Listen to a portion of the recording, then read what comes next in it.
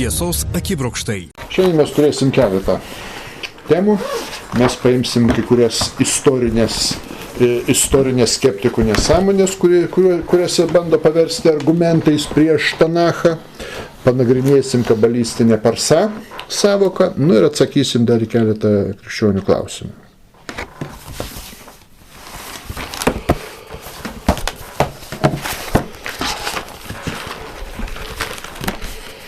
Pradėsim.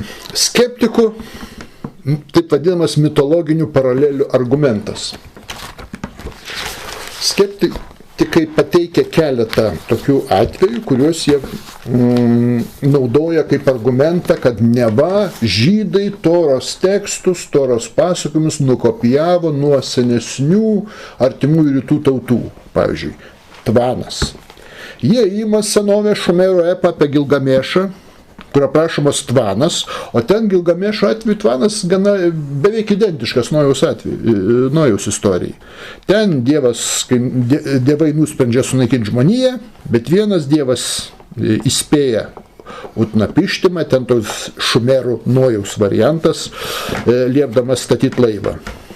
Herojus pasiima šeimą, pasiima gyvūnus, irgi po porą, po audros laivas susikabina ant kalno ir sustoja. Utnapištimas išleidžia 3 paukščius, pirmą balandį, paskui kregždę, paskui varną, labai panašiai Nojaus atveju, kad sužinot, ar jau sausuma pasirodė, vanduo nusėdo. Tai va, kadangi Gilgamešo epas yra gerokai senesnis už Torą, kritikai daro išvadą, kad žydų autoriai pasiskolina šį motyvą Babilono tremties metu. Toliau, pasaulio sukūrimo atvejį. Babiloniečiai turėjo pasaulio sukūrimo mitas, jis vadinasi Enuna Eliš, kuris turi struktūrinių panašumų su pradžios knyga. Ir pradžios knygai ir Enuna Eliš mite viskas prasideda nuo vandens chaoso, iš tamsos kilimo, veiksmas vyksta labai panašia tvarka kaip ir pradžios knygai, šviesos sukūrimas, dangaus skliauto sukūrimas, vandenų atskirimas vienu nuo kitų, sausumos atsiradimas ir pats dideliausias sukūrimas yra žmogaus. Be to, sako hebrajiškas žodis tekom, bedugnė vandenynas, čia parašyta, juk kaip tik su babiloniečių chaoso deivė Tiamat etimologiškai siejasi. Toliau jie galvoja, kad labai stiprus argumentas yra Mozės kilmė. Istorija apie kūdikį Nendrių pintinėje upėje beveik pažodžiui atkartoja Akado karaliaus Sargono, kuris valdė maždaug apie 2300 metus prieš mūsų erą, reiškia legendą. Kadangi Sargono atvejis gerokai senesnis už Mozės atvejį, tai logiška, kad žydai pasiskolina ir perrašė ir nusirašė tą legendą. Sargono atveju irgi motina pagimdo sūnų slapta, įdeda į dervuotą pintinę ir paleidžia plaukti upe. Kūdikį suranda ir užaugina sodininkas. Labai panašu į Mozės atveju, ne? Mošė irgi ištrauktas iš vandens. Verčiasi Mozė vardas, kaip reiškia. Mošė ištrauktas iš vandens. Ir kritikai, skeptikai teigia, toks stebuklingas kabutės išgelbėjimas yra standartinis senovės artimųjų rytų karališkos literatūros motyvas, kad pagrįsti vadovo teisėtumą, todėl čia nieko bendro su kažkokiu dievo apreiškimu neturi. Ir ketvirtas įrodymas tai įstatymai. Sako, daugelis Išėjimo knygos įstatymų, ypatingai akis už akį, dantis už dantį, turi tiesioginį analogą Babilono karaliaus Hamurabio kodekse.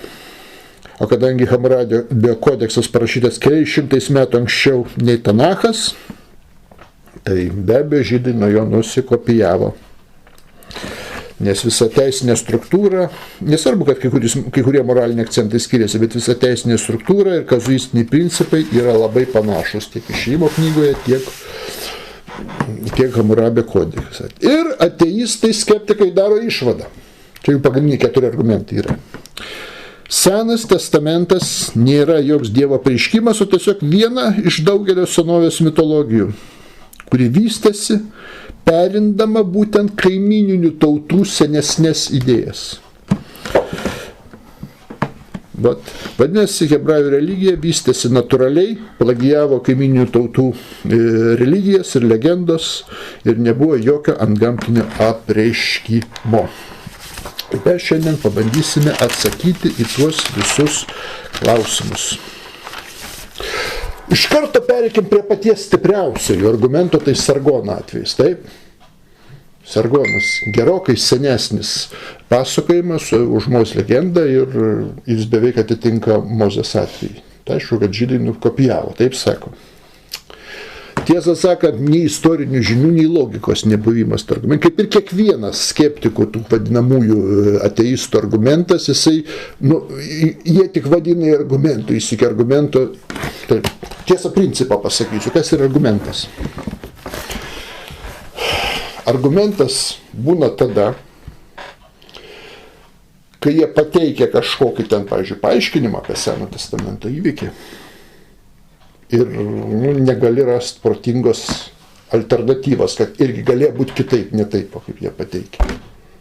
Jie sako, čia negalėjo būti jokios alternatyvos, nes, pavyzdžiui, Sargono mitas yra senesnis, žydų daug vėlesnis, o jie sutampa. Žinoma, kad žydai nukopijavo nuo Akadų legendos. Na, dabar pradėkim. Jeigu apie Sargonos mitą. Klausimo iškelimas nelogiškas. Aha, Sargonas gyveno seniau, Mozė vėliau. Legendos sutampa, vadinasi, žydai Mozės legendą nukopijavo nuo Sargono. Čia yra toks primityvus 4 klasės vaiko logikos lygis. Jų klausimas istorinėme tekste turi būti keliamas. Niekada kas senesnis buvo, kuris anksčiau gyveno, o kuris užrašymas yra senesnis. Štai kur problema.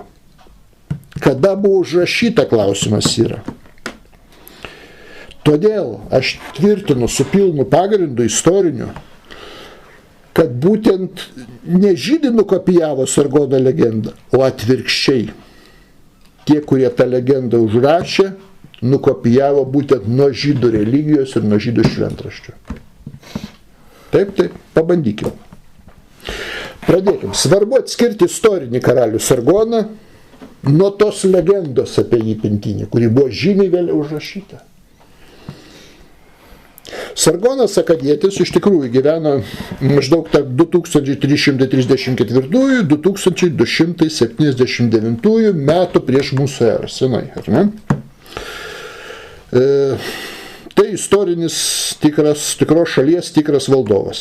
Jo istoriškumas nekelia istorikams klausimų. Tačiau, kada legenda apie pintinį atsirado? Sargono laikais, jokiuose įrašuose, kitaip tariant, iš 3000 prieš mūsų erą, tos legendos niekur nėra. Istoriškai, taip. Nėra net jokios užuominos apie pintinį ir upę, nors apie patį Sargoną yra įrašų, kur kalba. Dar vėliau, net ir 2 tūkstantmetį prieš mūsų erą nėra šitos legendos. Štai jūs įdomus. Tai kada atsiranda šitas tekstas apie Sargono vaikystę ir įdėjimą į pintinę ir paleidimą upę? Seniausias įrašas apie pintinę rastas būtent Ninevijoje, kasinėjimuose Ninevijoje, Sirijos sostinėje, karalius Ašurpanibalo bibliotekoje. Tos molinės lentelės rastos. Čia pats ir vėlesnių atsirado, bet čia aš patys seniausiai įrašą. Ir tas seniausios tos molinės lentelės padarytos 7 amžiuje prieš mūsų erą. 7 amžius prieš mūsų erą. Taigi, žiūrim, ką turim. Šis pasakojimas apie Sargoną pintinėje pirmą kartą pasirodo, pirmą kartą užfiksuojamas istorikų, maždaug praeis 1600 metų po tikrojo Sargono mirties. Istorinio Sargono mirties. Kadangi pasakojimas apie Mozę pintinį žydų tautoje buvo jau išplitęs ir populiarus iki 7 amžiaus prieš mūsų erą, kada buvo padarytos tos lentelės, o Asirija taigi ribojasi su Judėja. Judėjai buvo kokia religija. Toros religija. Valstybė egzistavo, kaiminė valstybė, su kurioje asyrai prekiavo, kariavo, keitėsi ryšiais, migravo ir taip toliau. Žinoma, kad žinojo apie savo kaiminės šalies kažkokius tekstus, legendą. Ir patikusi šitą legendą, jie greičiausiai galėjo užrašyti, kalbėdami apie savo. Jiegi save vedė iš būtent Akadų, iš Akadų, iš anos Sargono. Ir kad gražiau atrodytų, jie paėmė iš žydų šitą tekstą. Atvirkščiai galėjo būti, nes žydų tekstai, jie yra ankstesni apie Mozę, negu įrašas apie Sargoną pintinėje. Taigi šitą legendą asyrai nukopijavo nuo žydų religijos. Nes kažkaip tarp 722-705 metų reikėjo kažkaip išpopuliarinti Asirijos karalių Sargoną II. Ne pirmąjį, ne tą, kur apie kalbame, bet Sargoną II, kuris savo kilmę vedė nuo anos Sargono. Bet jis buvo nekilmingas. Ir jam reikėjo kažkaip pateisinti savo reiškia, genealogiją. Ir liaudžiai davė tokią, sukūrė legendą, pasiskolindami žydų, kad jis yra kažkokios gamtiškai dievų išrinktas ir išgelbėtas ir panašiai. Taigi apibendrinam išvadą. Tokia išvada būtų. Pseudoskeptikai daro klaidą, automatiškai ir nemoksliškai darydami prielaidą, kad kadangi Sargonas I gyveno anksčiau už Mozę, tai legenda apie Sargoną žydai pasiskolino iš ano. Ne, legenda atsirado daug vėliau, po to, kai jau žydai turėjo pasakojimą apie Mozę pintinėje. Ankstesnių įrašų nėra. Patys anksčiausiai yra 7 amžius prieš mūsų erą. Tai jau žydai seniausiai turėjo Torą. Tai va, koks dalykas. Duomenys rodo, kad pasakojimas apie Sargoną pintinį greičiausiai atsirado vėliau, negu žydų pasakojimai apie Mozę. Tai čia pirmas niuansas, matot. Visiškai verčia aukštinkojant argumentai. Antrą momentą. Nagrinėkim. Kas galėtų paneigti, kad abu atvejai, tiek Mozės, tiek Sargono, galėjo būti du realūs istoriniai atvejai. Antrą galimybę svarsto, kokia logiška galėjo būti. Nenukopijuoti vienas nuo kito. Gerai žinome atvejai, kad senovėje kūdikių žudymas, kada valdžia arba karaliai kažkokie valdininkai žudė kūdikius, čia buvo dažnas dalykas, neretas dalykas. Plačiai aprašytas ir visuotiniai paplitęs reiškinys. Dar palyginti neseniai, tai yra 15 amžius, mūsų eros iškiai. Osmanų imperijoje galioja sultono Mehmeto II įstatymas.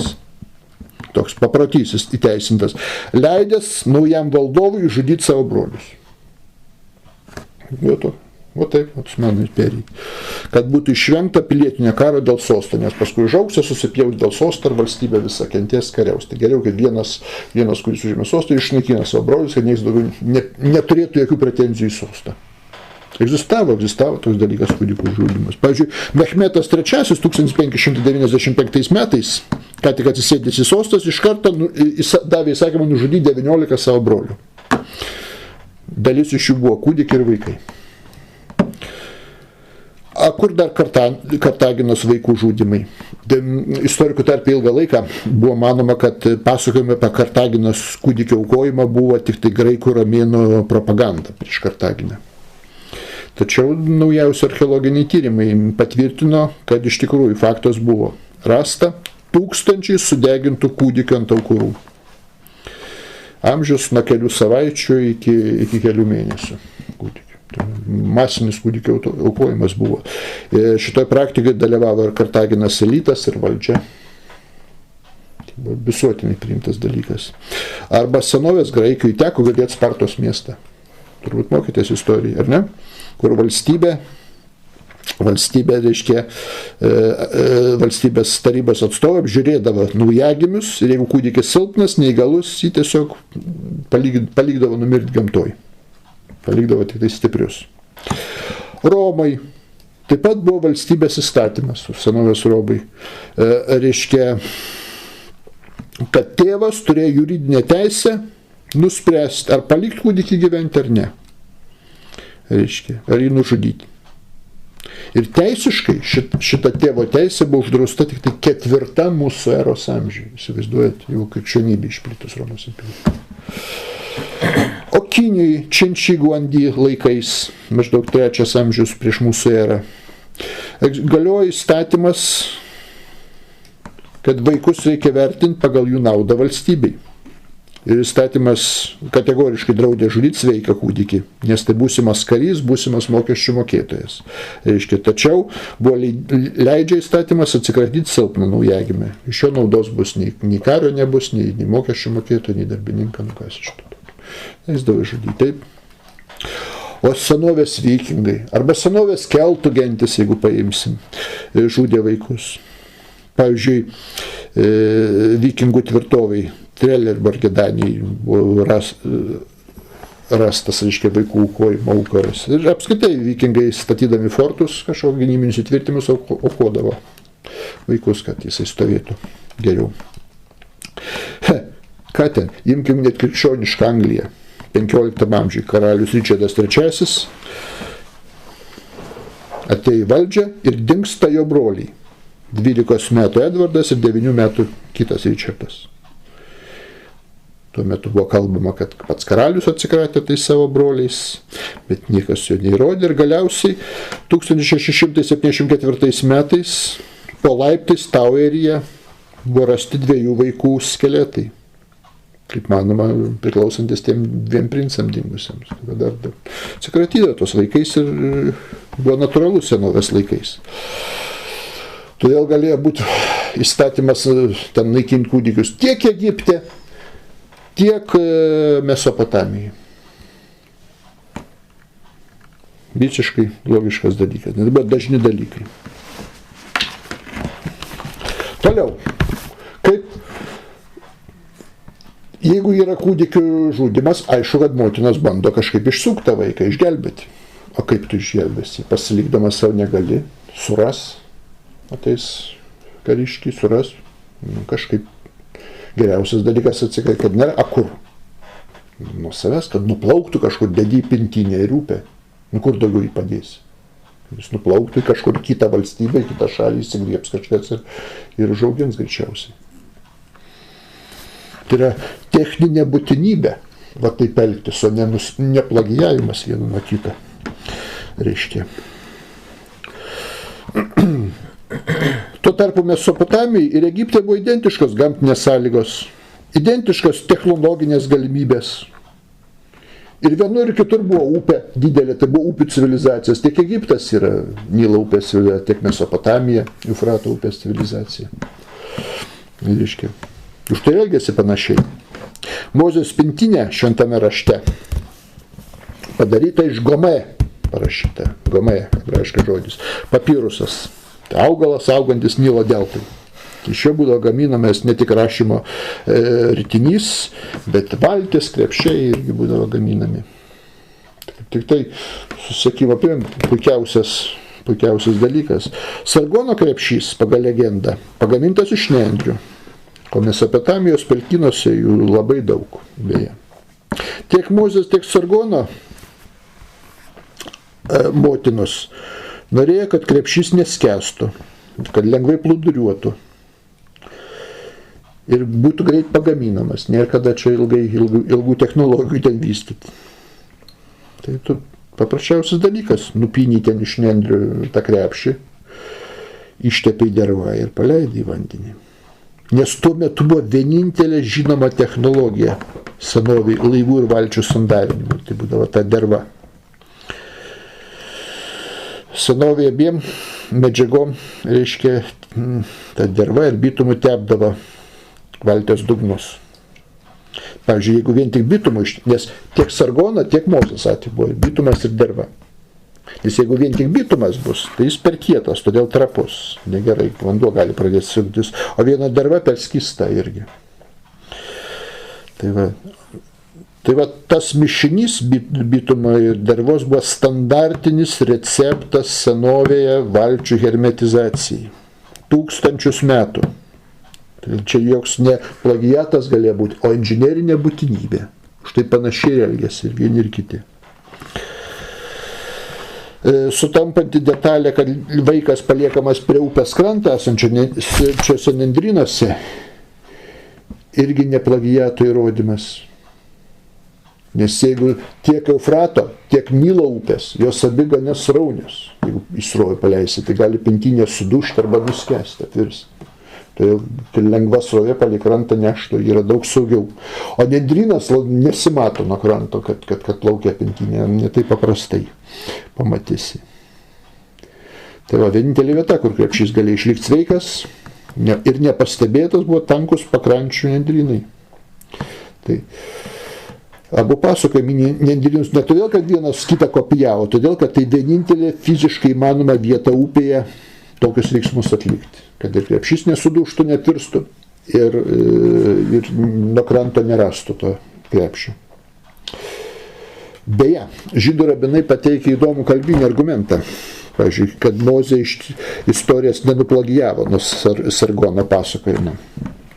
Išėjimo knygai Mozės pintinė vadina žodžiu Teba. Įdomiausia, kad Teba nėra hebrajiškas žodis. O dabar, kadangi Egipto kalboje perskaityta, iššifruota, tai Egipto kalboje tebt, tai reiškia dėžė, plaukianti daiktą, skrynę.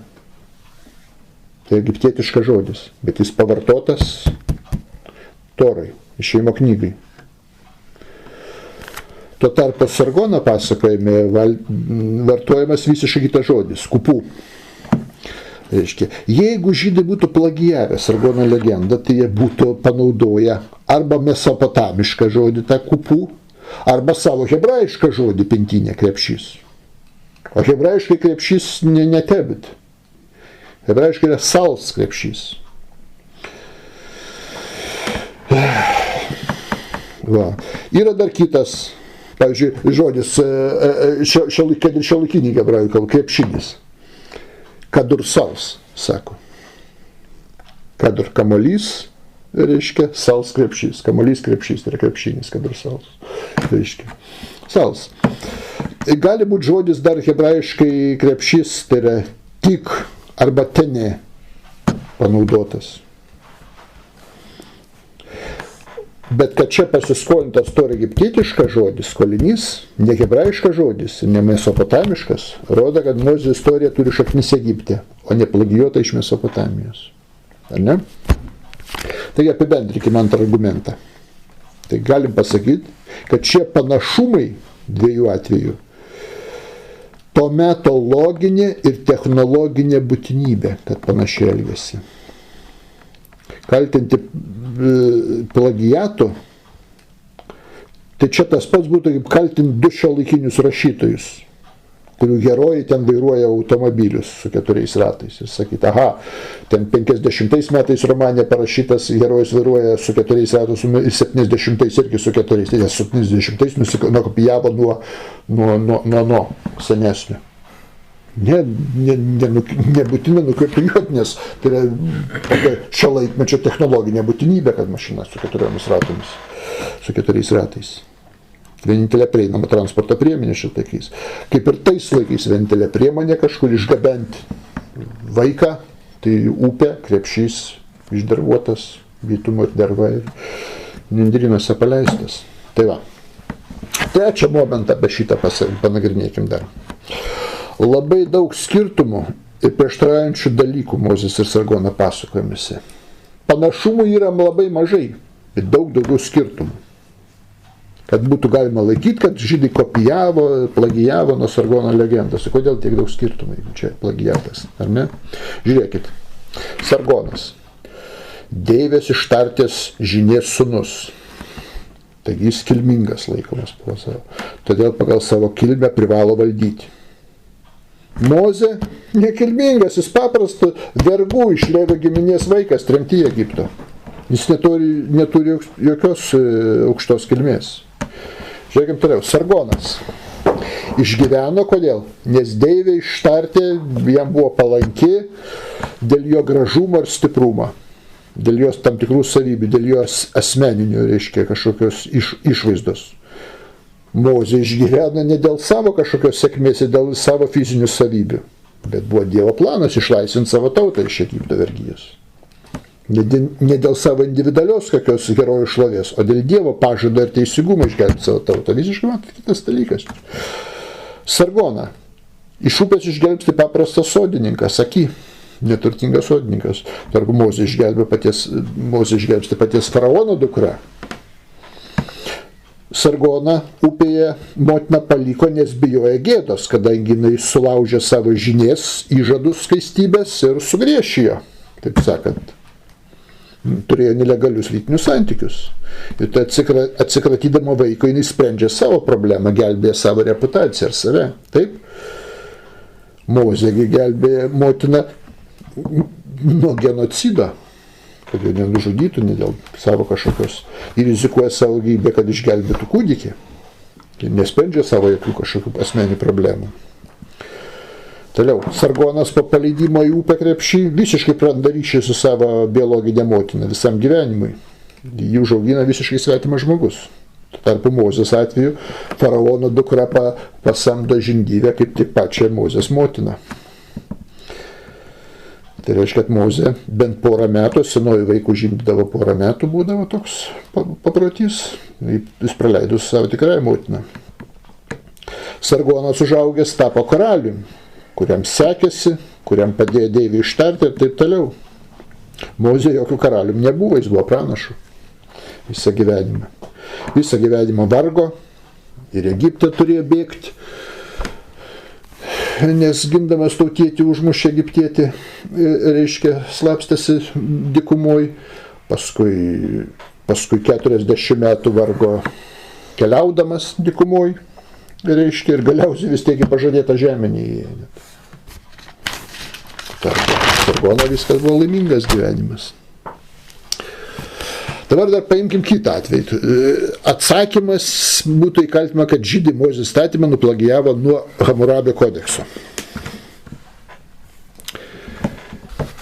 Senovės artimuosiuose rytuose, nuo Šumero iki Egipto, egzistavo nusistovėjusios teisinės formulės, tam tikra nusistovėjusi teisinė sistema toj kultūrai. Lygiai kaip ir šiandien yra tarptautinė teisė, egzistuoja visose šalyse bendri standartiniai terminai. Jeigu Dievas būtų davęs Mozei įstatymus tokią formą, kuri visiškai svetima to laikmečio kultūrai, artimųjų rytų tradicijai, tai Izraelis paprasčiausiai nesuprastų, jam būtų tai svetimas dalykas, jie negalėtų jį priimti. Todėl inkultūrizacija buvo būtina, kuomet Dievo apreiškimas įvelkamas į tam laikmečiui būdingas formas išsiriškimus. Toj šaly paplitusius. Va, iš kur panašumai tarp Hamurabio kodekso ir Toros. Dievas panaudoja esamas kultūrinės formas, pavyzdžiui, sutarčių formato, ar žinomas bausmes, reiškia kažkokias, kad tuo metu žmonės suprastų reikalavimus, kad jie būtų priimtini, jie nebūtų svetimi tai kultūrai, tam mentalitetui, tam laikmečiui. Taigi abu tekstai, tiek Mozės įstatymai, tiek Babilonijos karaliaus Hamurabio kodeksas galėjo remtis ir bendra semitų genčių paprotinė teisė. Chaldėjai, babiloniečiai yra semitai. Žydai irgi yra semitai, tai reiškia turėjo bendrus protėvius. Kaip Biblija rašo, Semas, Nojo sūnus, būtent iš Semo ir vieni ir kiti kilę yra paprasčiausiai. Tai turėti kažko, o palaukit, apriškimą, taigi ne vien Mozė davė, apriškimas Toros buvo duodamas ir Abraomui, ir Izaokui, ir Jokūbui, ir Nojui, ir Semui ir taip toliau jie. Šitie. Todėl galėjo būti susiformavusi tarp semito iš Semo, iš Nojaus, iš Abraomo protinė teisė. Todėl panašumai yra natūralūs, o ne kopijuoti vieni nuo kitų. Natūraliai, pavyzdžiui, mes savo mitologiją galim tokių pačių dalykų kaip Latvija rasti. Ar mes nuo Latvių nukopijavom? Ar Latvija nuo mūsų? Ne, tai buvo bendri protėviai, mes kilę iš tų pačių baltų, iš tų pačios baltų genties, iš kurios susiformavo abi tautos, vieni kiti, todėl išlikę mūsų mitologija yra tie dalykai. Tai apie jokią čia plagijavimą nebūtina net šnekėti, čia visiškai kitaip galima paaiškinti. Beje, panašumų tarp Hamurabio kodekso ir Mozės įstatymo yra labai nedaug. Pateikėt argumentą, ten akis už akį, dantis už dantį ir dar porą išsireiškimų panašus. Kodeksas tai labai didelis. Iš tikrųjų skirtumai esminiai ir fundamentalūs. Ir net vertybiniai. O tai rodo, kad nebuvo vienas nuo kito plagijuoti. Žiūrėkit, Hamurabio kodekse bausmės priklauso nuo to, kas yra auka ir kas yra nusikaltėlis. Jeigu kilmingas, pavyzdžiui, akį išmušdavo kitam kilmingam, taip, jis akis už akį bausmė. Jeigu kilmingas išmušdavo paprastam žmogui, jokios akis už akį nebuvo. Buvo daug lengvesnės bausmės pakeistos. Matot, žiūrint, kam tu išmuši tą akį.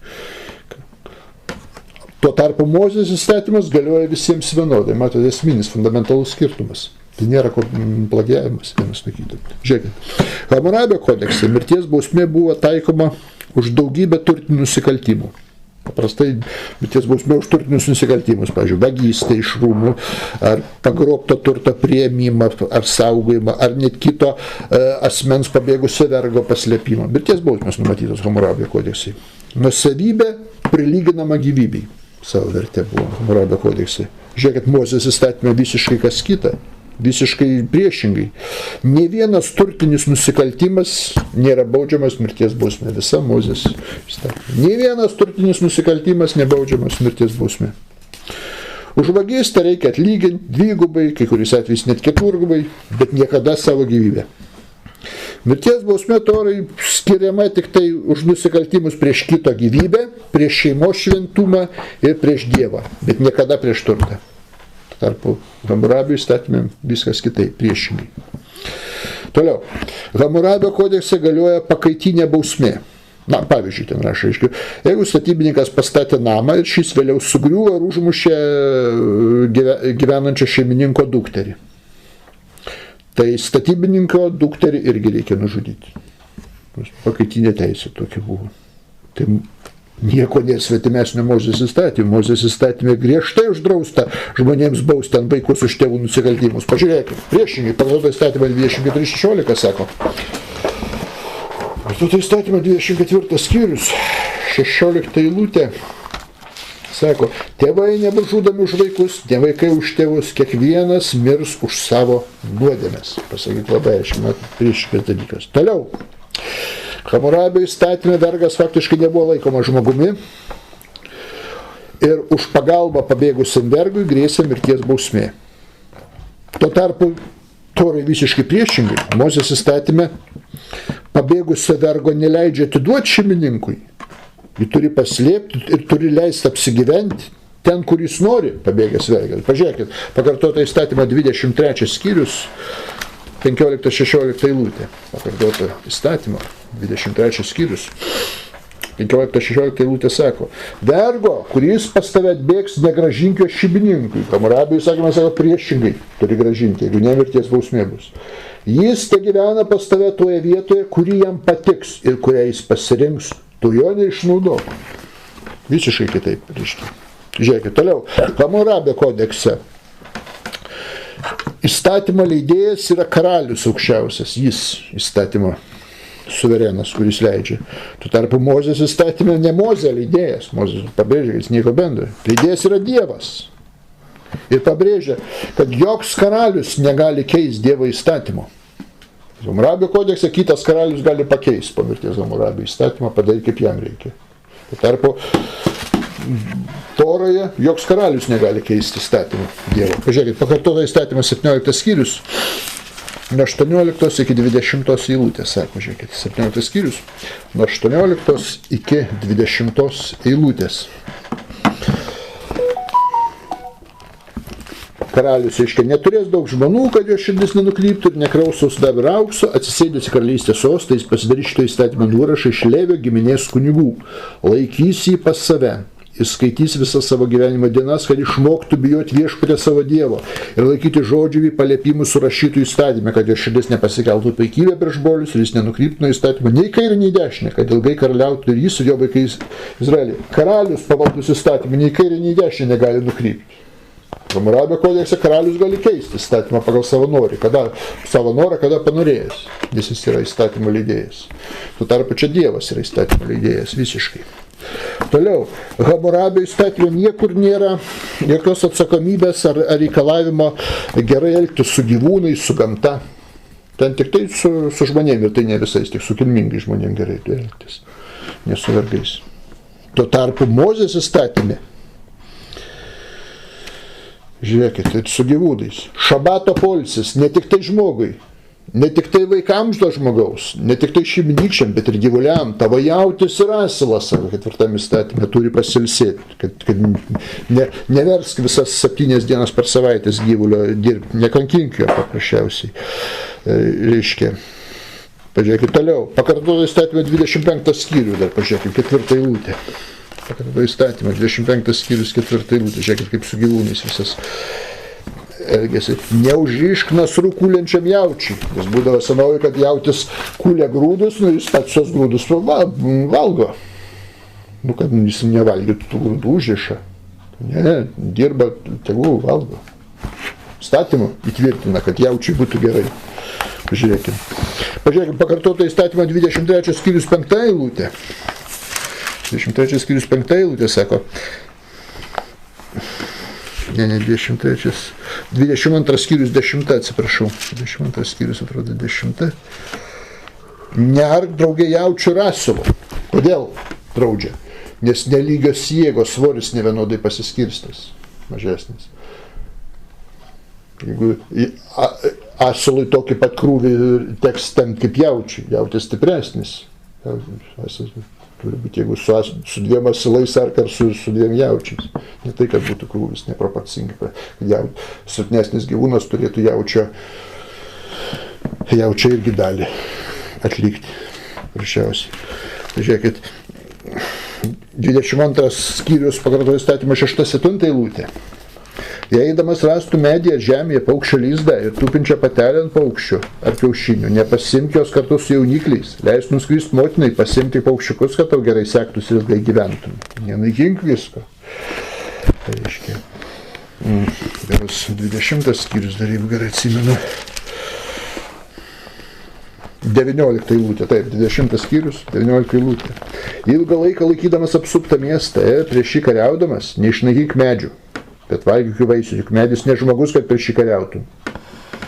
Tik medžius, kurie neneša vaisiaus tinkančio valgymui, gali kirsti ir pasidaryti iš jų sustiprinimus agulčiai, kol miestas bus paimtas. Saugokit medžius, nenaikink visko ir panašiai, matot kokie. Berods dar 23 skyriui yra, atrodo, viena vieta. Patarlių, atrodo, 12 skyrius, 10 eilutė, pažiūrėkit. Patarlių 12 skyrius, 10 eilutė.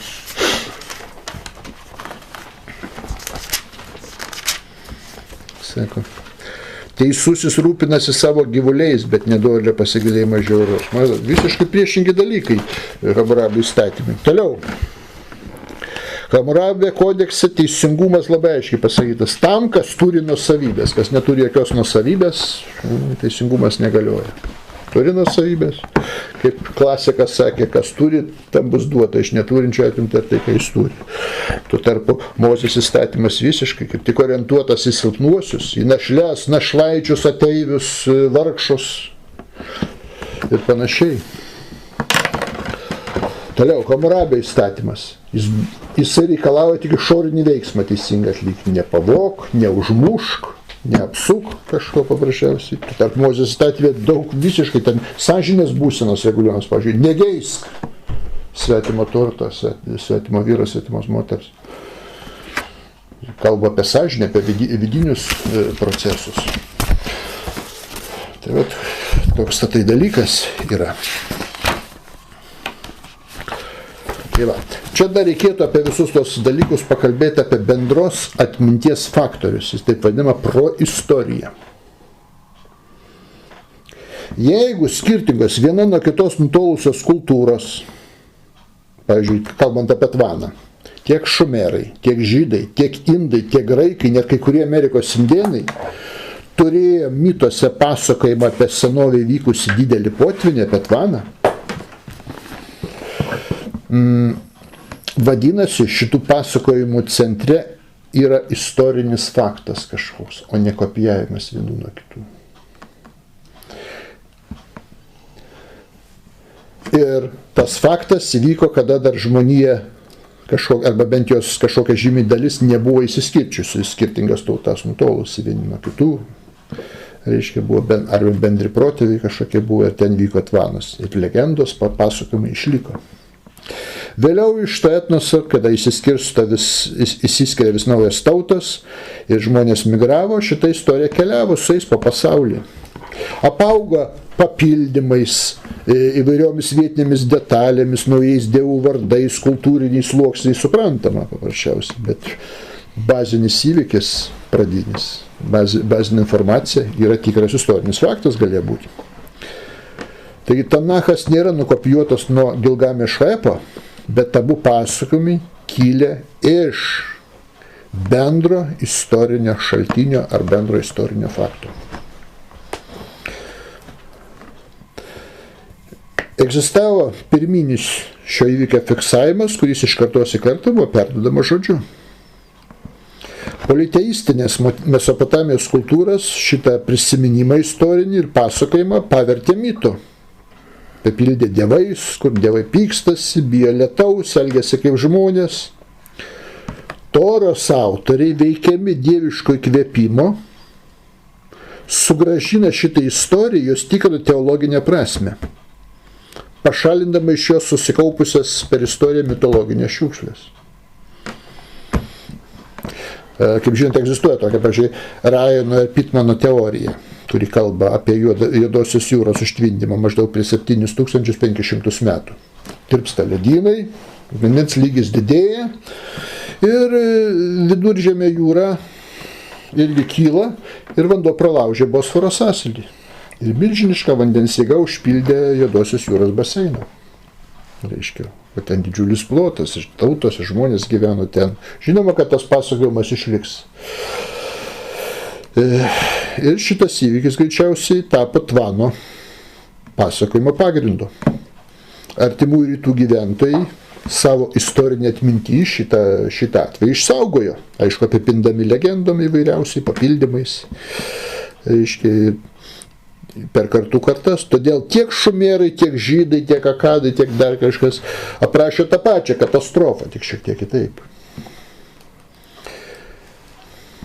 Tai, kad sutampa daugelis detalių, rodo, kad įvykis buvo autentiškas, o nėra kažkokia literatūrinė metafora, vien tik tai ar kažkokie kopijavimai vienų nuo kitų. Tai va.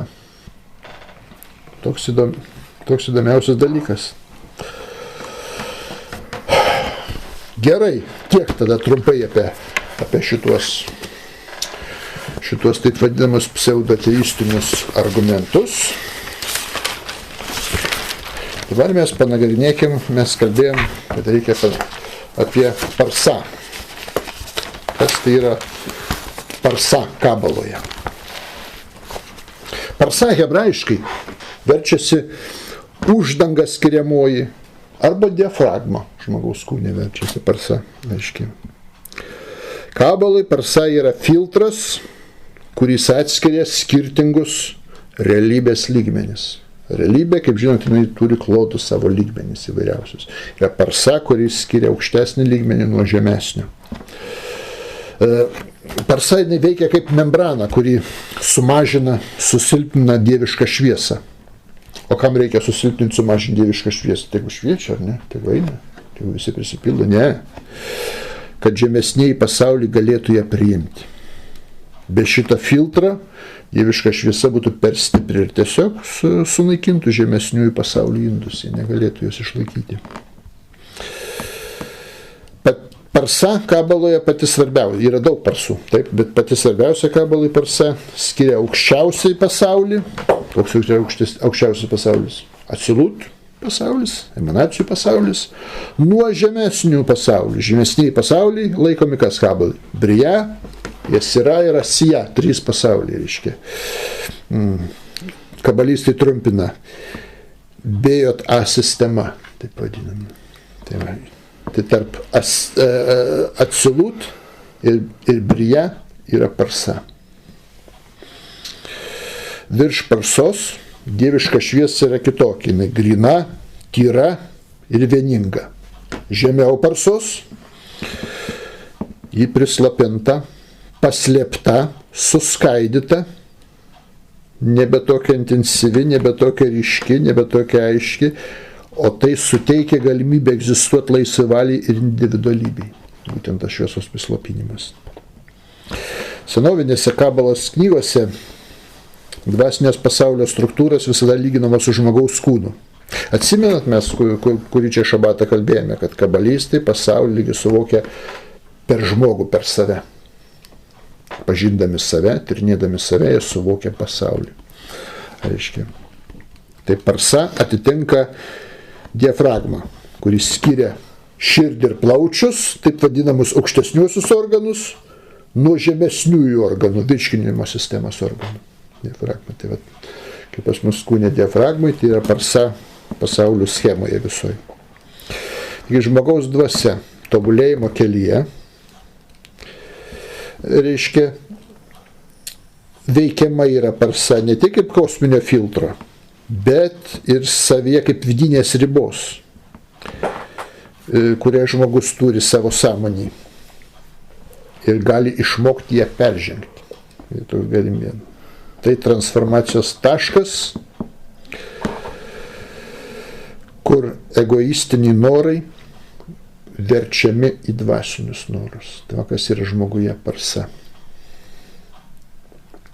Taigi žmogui Parsa vidinė riba tarp norų.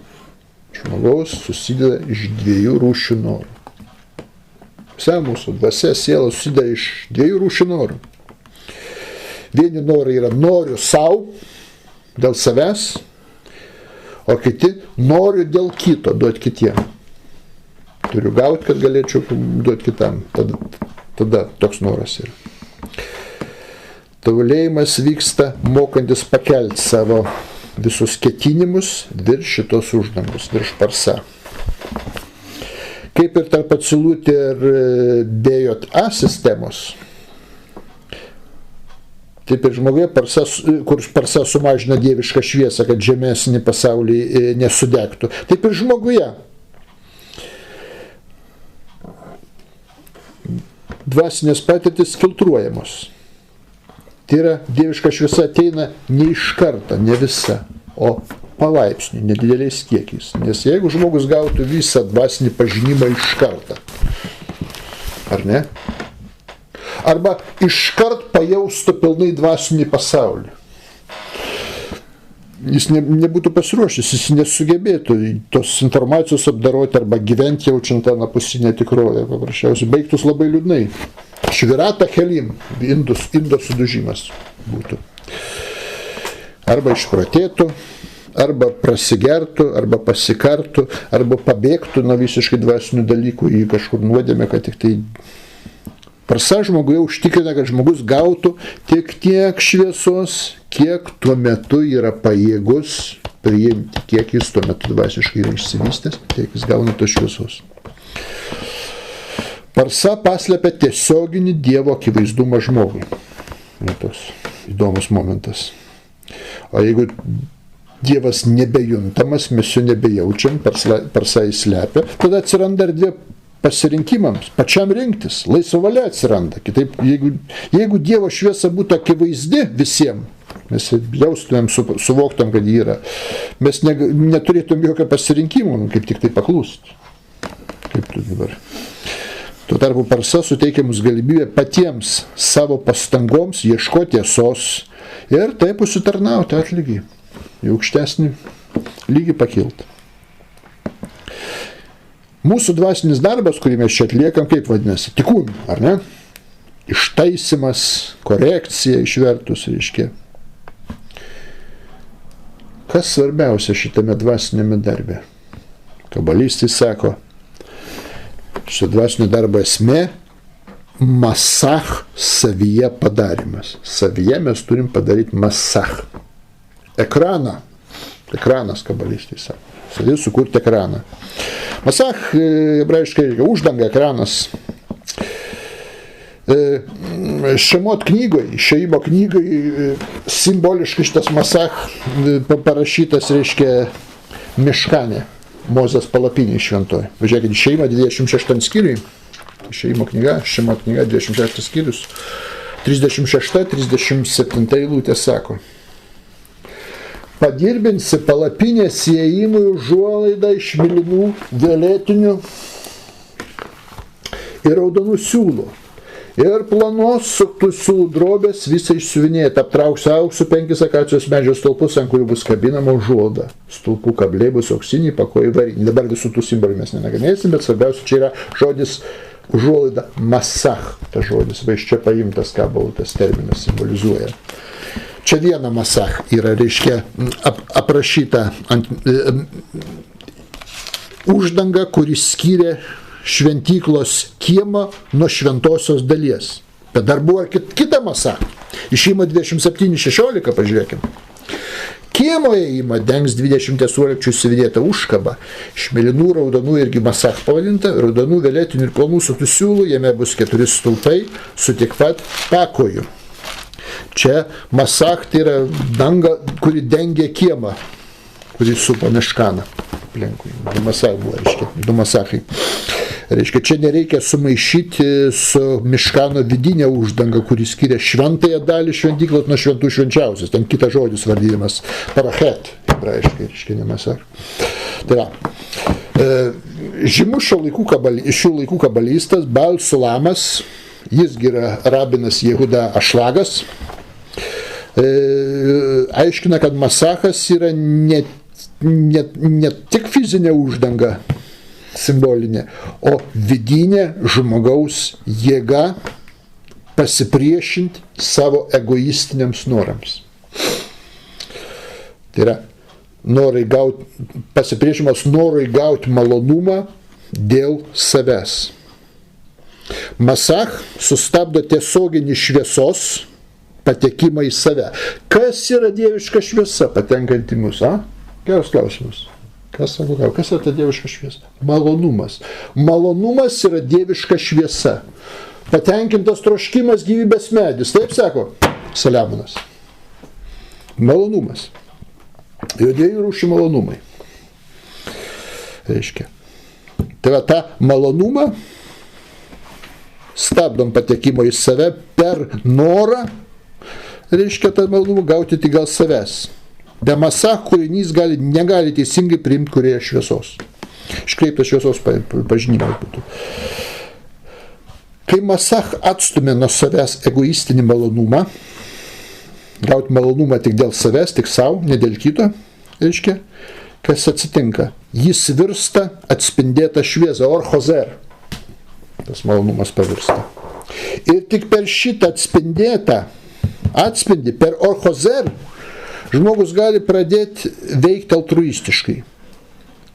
Gauti malonumą, kad galėtų su kitais dalintis. Tai dieviška šviesa yra malonumas. Visi sako, kas ta šviesa, kaip čia įsivaizduoja? Ką pasakė, tai yra malonumas. Patenkintas troškimas gyvybės medis. Reiškia.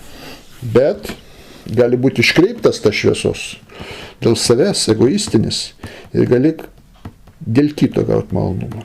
Tai va, ekranas ir yra ateinanti Dievo šviesa, toje atspindi dėl savęs. Taigi Masachas kur susiformuoja pas žmogų? Prote, galvoje. Ne širdį kažkur, ne čakrose kažkur, galvoje, smegenyse, prote. Kada atsiranda tokia savybė prote? Skaičiuoti, kiek šviesos galima pasiimti, pasilaikyti savo, kad būtum pakankamas dalinti su kitais. Va tada atsiranda tas roš, galva, protas. Va, ir tada formuojasi Masach. Kiekvienas dvasinis laipsnis priklauso nuo Masacho stiprumo. Kuo stipresnis tas ekranas, tuo aukštesnis dvasinis laipsnis.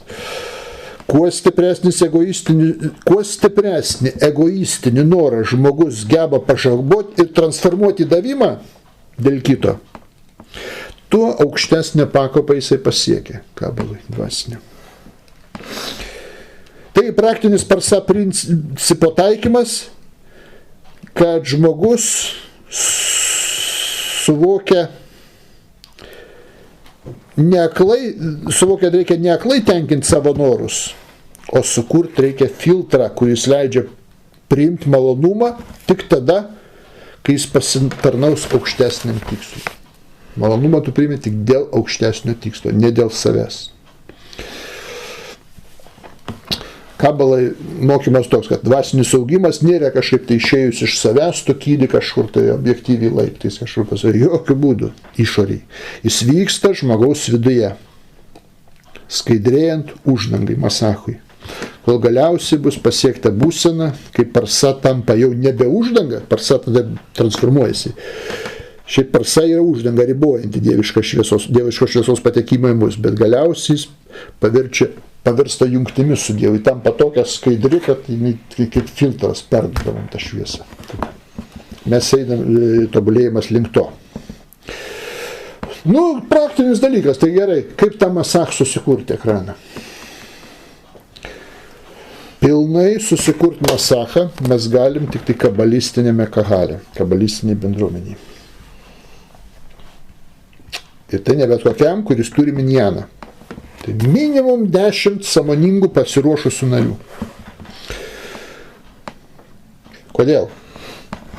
Pilnatvė yra 10 sefirotų. Viso to sefirotų išsidėstymą, pasaulio struktūrą bendruomeniai turi atsispindėti. Kiekvienas žmogus atstovauti tam tikras sefirotos savybės, taip susidėstys. Jeigu jų bus daugiau narių, nebe 10, 50, 100, 1000 narių, vis tiek visi susiskirstys į 10 dalių dvasiniam lygmenį. Kažkoks tai bus 50 dalių. Vienas sefirotas sudarys 28, kitą 35, trečią ir taip toliau. Tai vis tiek tas bus iki 10. Sefirotų. Gali būti ten slėpti nariai, jie datų slaptą sefirotą 11, bet čia ne šios temos kalba. Taigi vis tiek vidiniam lygmenyje susigrupuoja į 10. Bet minimas yra 10, kada tik vienas žmogus atstovauti gali sefirotą, bet jau mažiau viskas, nėra pilnatvės. Štai kodėl minjanas 10 narių labai svarbus susirinkimui. Kitaip nebus efektyvus darbas. Praktinis masacho formavimas grupė vyksta per pastangas išeiti iš savo ego ir susitapatinti su kahalo tikslu, kahalo poreikiais, o ne savo. Čia nėra teorija, o konkretus vidinis darbas. Ir jis susideda iš kelių etapų. Pirmas etapas vadinasi cimcum. Žinot, ką reiškia pasaulio kūrime cimcum, taip, susitraukimas. Bet cimcum yra žmoguje taip pat atliekamas. Jis vadinamas sustojimas prieš reakciją. Kiekvienas sustojimas prieš reakciją yra cimcum. Reiškia kabalai.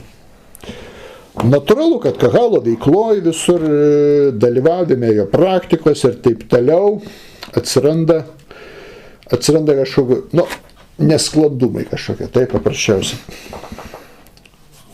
Ar paties kahalo visoje, ar atskiri žmonės kažkokį nesklandumą sukuria. Ir tada atsiranda susierzinimas gali. Nepasitenkinimo emocija kažkokia atsiras, taip. Kitais atvejais gali atsiras puikybė, pavyzdžiui, pasijaus, kad kažko aš pranašesnis už kitą narį ar daugiau pasiekęs. Tas mažiau žinantis, mažiau pažangus, mažiau moralus. Gali atsirasti biologinis noras tiesiog dominuoti, parodyti save, būti vertintam, pastebėtam, pagirtam. Čia irgi ego toks skatinimas paprasčiausiai. Visi šitie dalykai atsiranda. Ir labai gerai.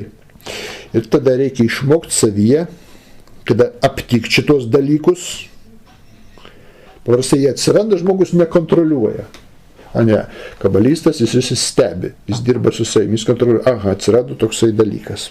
Paprasčiausiai kažkokia netinkama egoistinė emocija. Egoizmas reiškiasi per emociją kažkokią.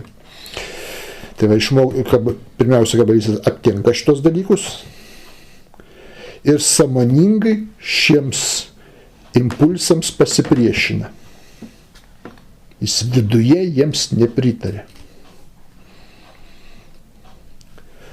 Taip lavinami tam tikri vidiniai stabdžiai, kurie neleidžia egoizmui valdyti mūsų reakcijų. Po truputį, ne iš karto. Čia pirmas žingsnis, tamsumas. Antro, emocijose tikslo pakeitimas. Sekantis etapas. Nuo egoistinių reakcijų, kurias gali pasireikšti Kagalo veikloj. Žmogus gali, pavyzdžiui, Kagalė dirba, atrodo viską teisingai, bet motyvas, kaip aš čia atrodo, kaip čia mane kiti vertins, kaip čia aš priims, arba kaip čia mane tas ar kitas, ar visas Kagalas nervina, gali atsirasti tokia emocija, taip? Dėmesį sukoncentruoti nuo šito į tikrą Kagalo tikslą, į vienybę. Kas yra Kagalo? Kagalas formuoja vieną bendrą sielą. Įdomiausia. Tobulėjimas, tai reiškia formavimas vienos bendros sielos. Tam tikram lygmenį suformuoja, atrodytų visiškai svetimi tau žmonės, skirtingas, sakykime, išprusimo lygis, skirtingi pomėgiai, skirtingas gyvenimo būdas, skirtingas amžius ir taip toliau, skirtingi hobiai, skirtingo šeiminio, kas galėtų jungti, paprašyti, bet tam tikram lygmenį sujungiant šito, tai vienos sielos formavimas. Reiškia. Masak čia ima veikti kaip filtras. Žmogus praleidžia į savo vidų, viduje atsiranda tos emocijos, pavyzdžiui, visos viduj, bet žiūrint, kiek giliai jos atsiras. Ar tu jas giliai paleisi į save, ar tu jas tik paviršiai sustabdysi, kad jos giliai neįtų. Tai vat, jis nepraleidžia į savo vidų, jis praleidžia tik tai, kas tarnauja tam bendram tikslui, bendros sielos arba masacho formavimui. O visa kita paverčia atspindimą šviesą, orchazer. Trečia. Tikras ekranas susiformuoja tik tai tada, kai Kagalo tikslas arba kito Kagalo nario noras tampa toks pat svarbus ar net svarbesnis nei mano paties noras. Čia dar vienas įdomus momentas. Paprastai, kiekvienas žmogaus noras yra pats pačiausias, svarbiausias. Jis mažiau įsigyvena kito noras, jo noras svarbiausiai. Čia jis dar žemiau parsa gyvena. Vienintelė vieta, taip pat čia labai svarbus momentas, vienintelė vieta, kur galime praktiškai realizuoti šitą principą, yra tik Kagalas. Specialiai tam sukurta bendruomenė. Su to pačiu tikslu žmonių susideda. Visur kitur bet koks kitas kolektyvas, ar darbo kolektyvas, ar draugai geriausi vaikystės, jaunystės, ar kokios ten durnystės draugai, ar giminės, ar šeimos nariai, ar kaimynai. Šitos paslaugos jie negali duoti pilnai, jokių būdų. Nes visiškai skirtingas rezonavimas tarp jų gyvenimą, kad galima būtų šitą formuoti, turi būti bendra dvasinė informacija maitintis, bendra organizacija, bendras tikslas turi būti, bendras moralinis kodeksas Dievo įstatymų ir panašiai. Reiškia. O jie gyvena pagal kitas įstatymus, pagal kitus tikslus gyvenime, viskas, tau nepadės formuotis, nors tu ir kaip ten tu juos aukščiau laikys ir neišeistų. Todėl, kad atsirastų ekranas, kuriama kabalistinė bendruomenė. Nes tik bendruomenė gali įsikurti su kitais. Mes turim laisvą valią, bet mes turim jos tiek mažai, yra tiek nustelbta, kad mes jos pagalba negalim savęs formuoti pakankamai statyti. Ji per maža laisva valia. Laimės vis tiek mūsų genetinis paveldas, prigimtinis mūsų charakteris, auklėjimas, aplinkos poveikis ir taip toliau. Nugalės. Mes su savo tą mažą laisvę, nieko nepadarysim. Bet yra kita dalis. Žmogų daug formuoja aplinka. Tokiuose Kagalos. Tu sukuri aplinką aplink save, kuri tave formuoja. Ir tada tu su savo valia kažką darai, dar aplinka tave formuoja, tada tu laimi, tada sutvarkai visą šitą. Štai dėl bendruomenės paslaptis. Jam reikalinga.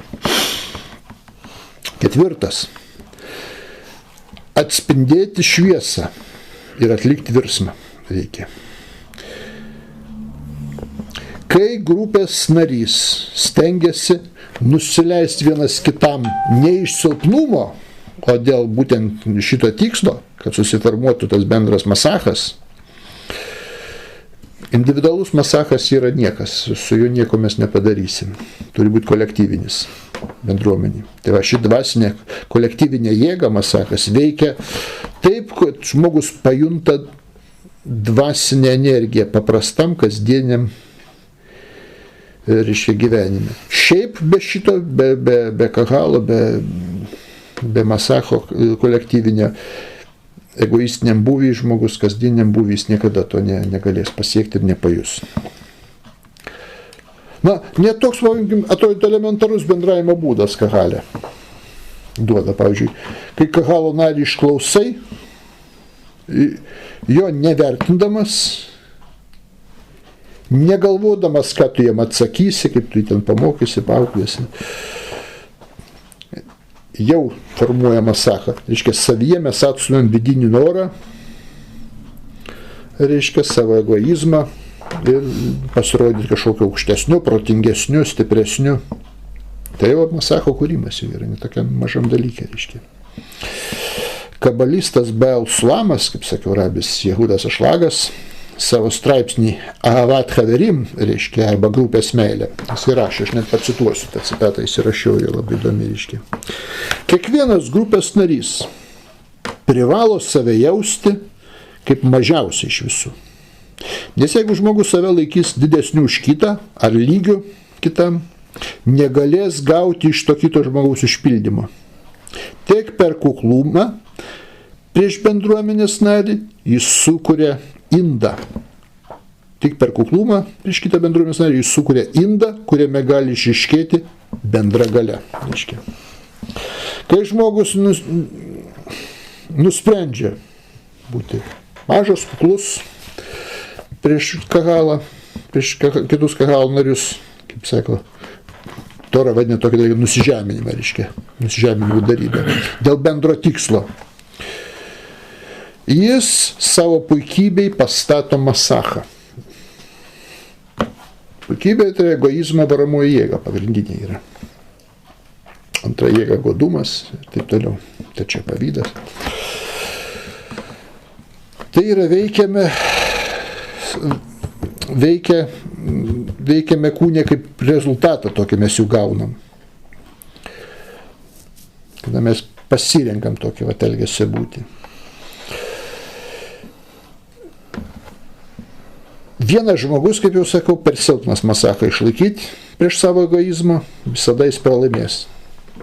Tačiau, kada visi grupės nariai sukoncentruoti, sujungti tų bendrų tikslų ir visi jau išmokę daugiau mažiau atspindėti savo asmeninius norus, kurti orchozer, reiškia, per atspindėjimą, net ir atlikdami mažas pastangas, jie sujungia galingą energiją, sukuria. Be to, grupė taip pat yra palaikymas. Čia kaip Mozė, kada jam rankos svyro, jam palaikydavo, reiškia, rankas prilaikydavo Aronas ir Kalebas, ir Jozuė, ir, reiškia, žydai laimėjo. Kai asmeninis masachas plyšta, jis plyšta neretai. Kai apims neviltis, pavyzdžiui, kažkokia ten savo dvasinė progresija. Oi, čia nieks nesiaiškina, žinoma. Apiks pyktis kažkoks gali apimti žmogų. Per daug išsisems, pavargs ir jaus atbukimą dvasiniuose dalykuose. Plyšta. Būtent grupės narių pastangos tą žmogų palaikys. Žmogus gali gauti jėgą iš bendro ekrano, kol vėl susiformuos savas individualus. Balė Sulemas netgi rekomenduoja 5 žingsnius, reiškia, tokius. Aš net paskaitysiu tos 5 žingsnius, reiškia, rabinas Jehudas Ašlagas.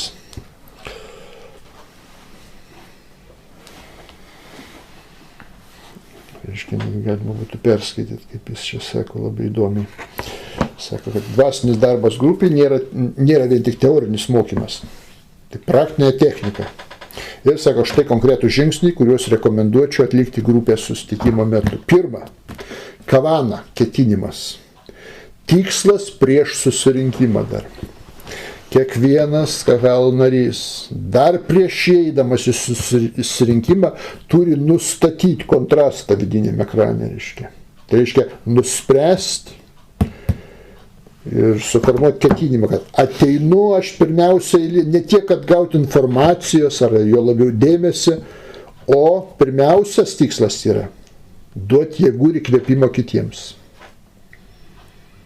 Tai yra pasiruošimas darbui, šitas ketinimas tokio kavano susirinkime. Antra, susirinkimo metu stengtis nekritikuoti kolegų. Priešingai, jis savy formuoja nuostatą matyti kitus kaip didžiausius šios kartos žmonės. Ir kodėl? Nes būtent vertindamas bendramintį kolegą, paprasčiausiai, aš susivieniju. Didžiausia vienybė pasiekiusių ir mano masachas, reiškia, tampa stabilus. Trečia, artimo meilę, kaip save patį priimti. Balsuliam straipsnį grupės laisvė, reiškia, sakė, net jeigu nejauti vidinės tos emocinės meilės, nieko baisaus. Elkis taip, tarsi jau mylėtum. Net išoriniais veiksmais. Gali būti šypsena, gali būti palaikantis žodis, pagalba pamažu. Ir tai šitie veiksmai pamažu pažadins vidinę jėgą, kurį suformuos tikrai masachą ekraną. Toliau. Diskusija turi būti virš ego. Sako, jeigu grupiai vyksta diskusija, kyla nuomonių skirtumai. Masach čia turi veikti kaip gebėjimas išklausyti ir priimti kitą nepertraukiant. Antroji net vietoje yra svarbu, kas bus teisus, o svarbiausia, kaip mes išlaikom ryšį, net kai yra skirtingos nuomonės, skirtingi požiūriai, vienybė. Na ir speciali malda. Susitikimo pabaigoje balsuojamas patarė prašyti jėgų ne savo, pabrėžiu, niekada neprašykit savo jėgų, savo šeimai, o KHL nariams. Nes čia yra aukščiausia masacho forma. Kada noras gauti stiprėja dėl kito sėkmės.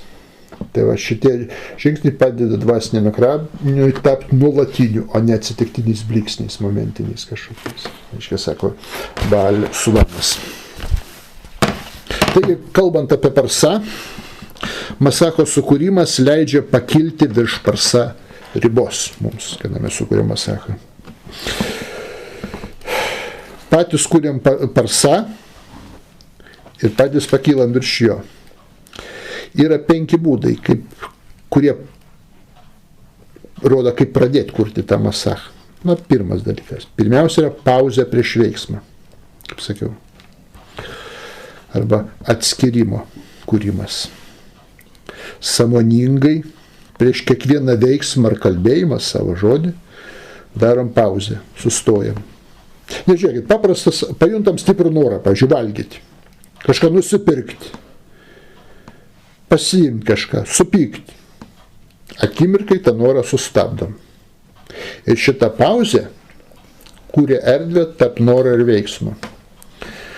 Tai yra mūsų asmeninė parsa atstatymas. Antra. Visada patikrinti ketinimą. Visada turėti ketinimą ir patikrinti. Prieš kiekvieną veiksmą ar kalbą ar dar kažką užduoti klausimą. Kam tą darau? Kodėl tą darau? Jeigu egoistinis čia lygmuo, tai pamatysim, pajusim savį, kad darom dėl to, kad man tai suteiks malonumą arba naudą. Reiškia, esam dar žemiau parsos šito klausimu. O jeigu darau, kad turėčiau jėgų ir galimybės padėti kitiems, ar pajuščiau dėkingumą kūrėjai, pavyzdžiui. Tai reiškia, šitas darbas yra su masach. Trečia. Atstūmimo priėmimo dėsnis. Kabaloj sako, kad šviesą priimam tik tada, kiek mes ją atstumėm. Šviesa, kaip žinom, dieviška šviesa yra malonumas. Kiek mes ją atstumėm dėl egoizmo, tiek mes ją priimam. Pavyzdžiui, gaunam kažką malonaus ar naudingo. Tada patys nusistatykim, kad priimam tai ne dėl savęs, ne dėl savo malonumo naudos, o tam, kad šitai padėtų susijungti su kūrėju ar tarnautų kitiems ir panašiai, ir kažkokiam tikslu aukštesniam įgyvendinti. Reiškia, tokiu būdu mes savo egoizmą apvelkame dvasiniu kavana, ketinimu. Reiškia.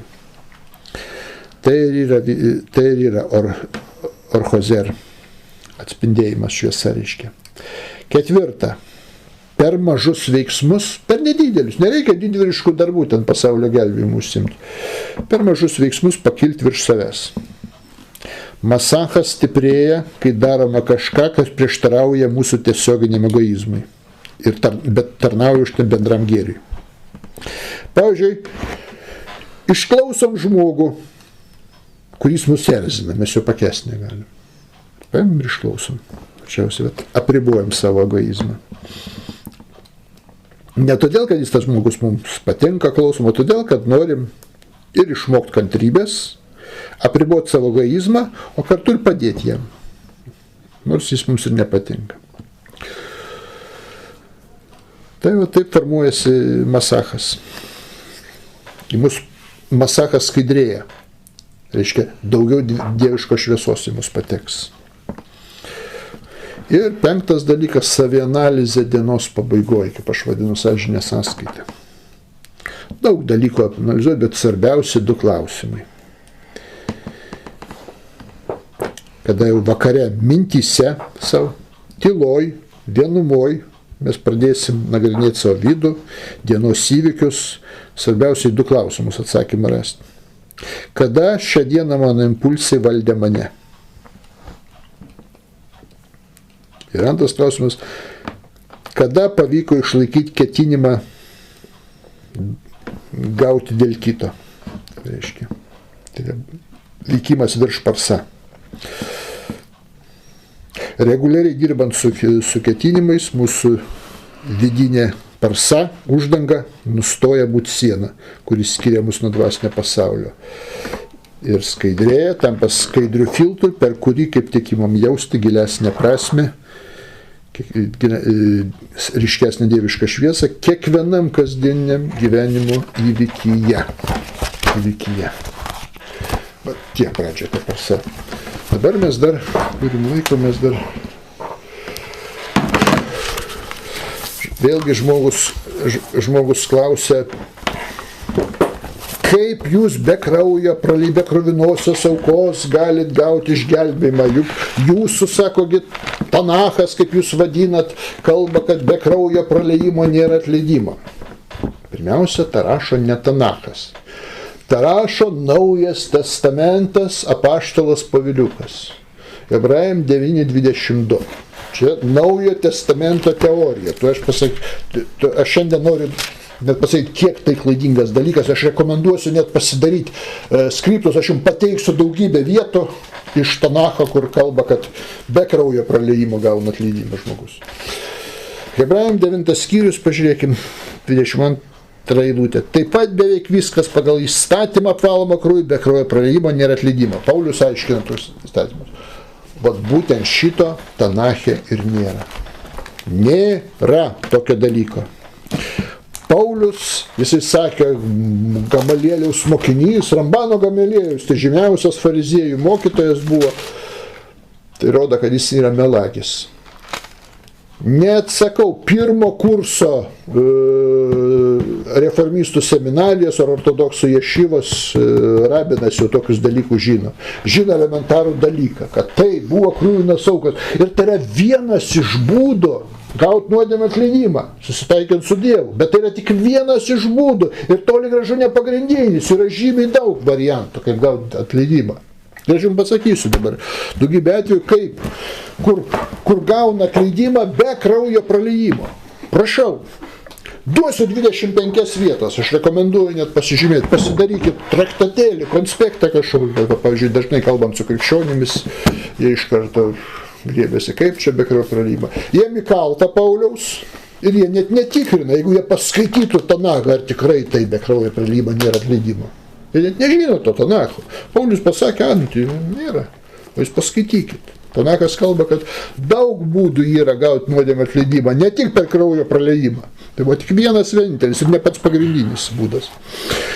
Žiūrėkim. Kunigų 5 skyrius nuo 11 iki 13 eilutės atsiverskim. Kunigų knyga, 5 skyrius, nuo 11 iki 13 eilutės.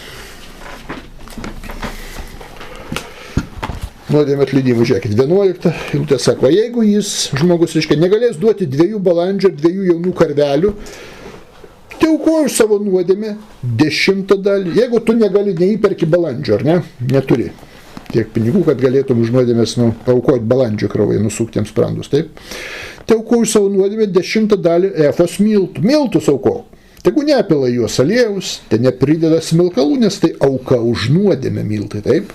Auka už nuodėmę miltai. Jis te atneša jos kunigui, kuris paėmęs jų pilną saują, sudegins ant aukuro atminimui. Kunigas įvykdė sutaikinimą už nuodėmę, kurią jis nusidėjo ir jam bus atleista. Miltus paukosi ir bus tau atleista, įvykti tą sutaikymą. Štai, nuodėmė atleidimas be kraujo praliejimo, prašau. Ką Paulius šneka? Melagis, sukčius.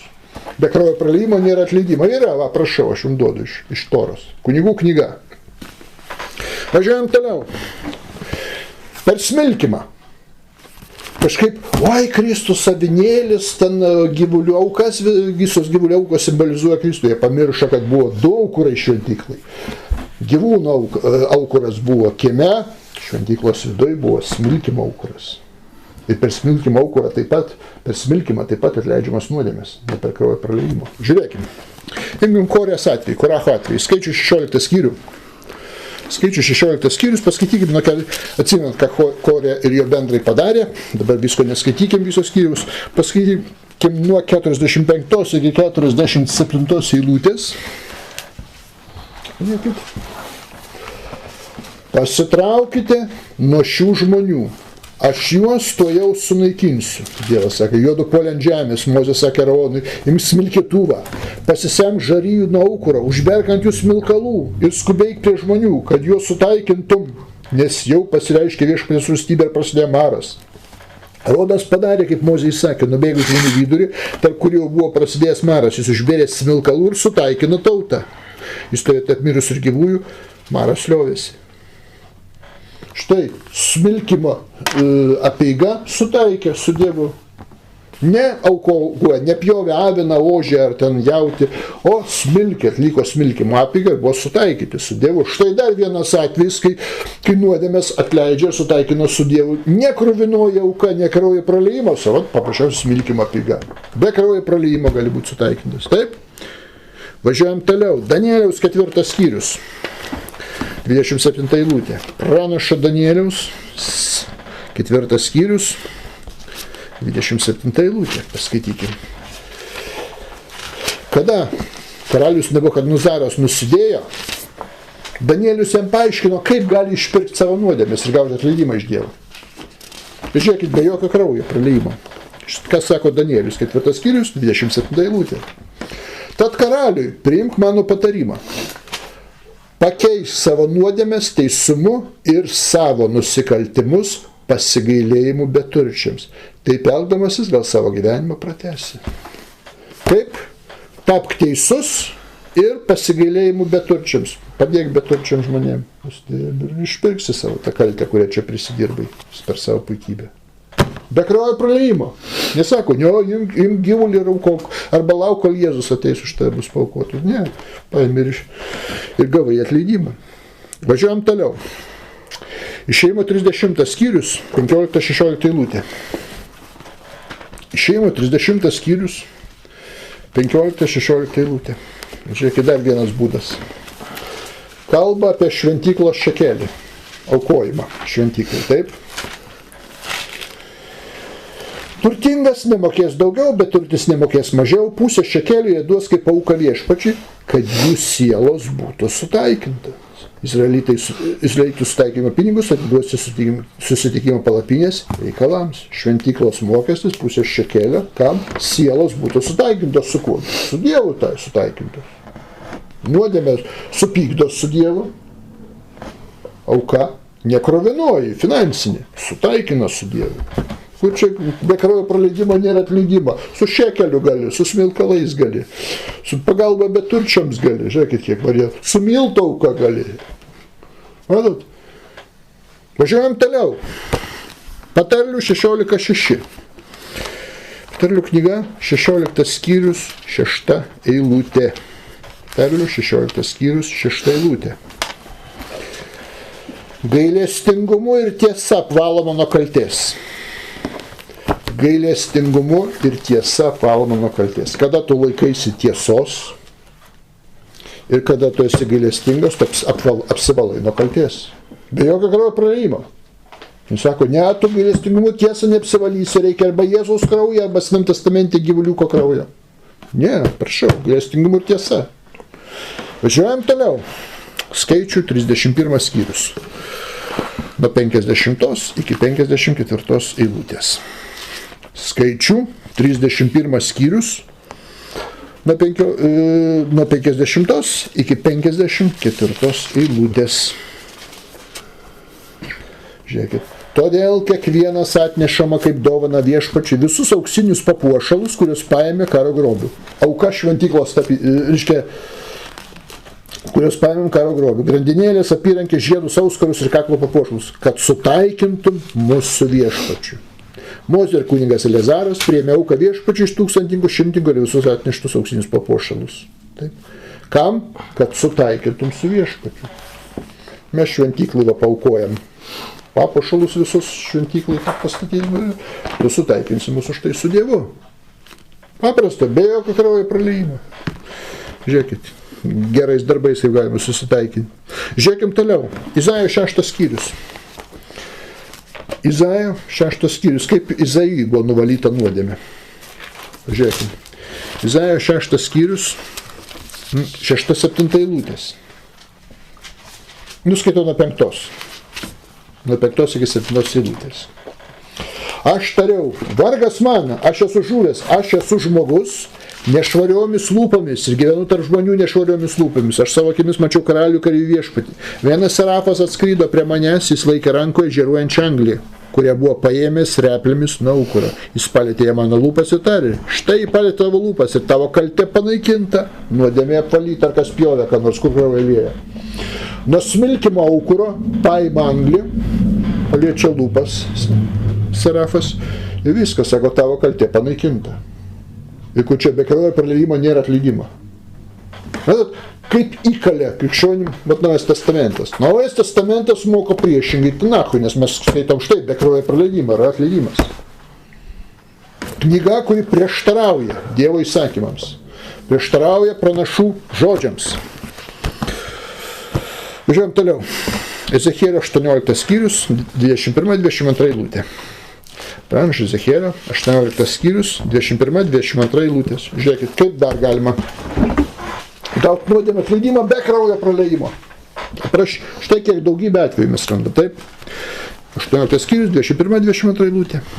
Jei nedorelis atsivers nuo savo nusikaltimų, laikysis mano nuostatų ir darys kas teisinga ir teisu, jis tikrai liks gyvas ir nemirs. Ankstesni nusikaltimai bus užmiršti ir jam neįskaitomi, jis bus gyvas dėl savo teisumo.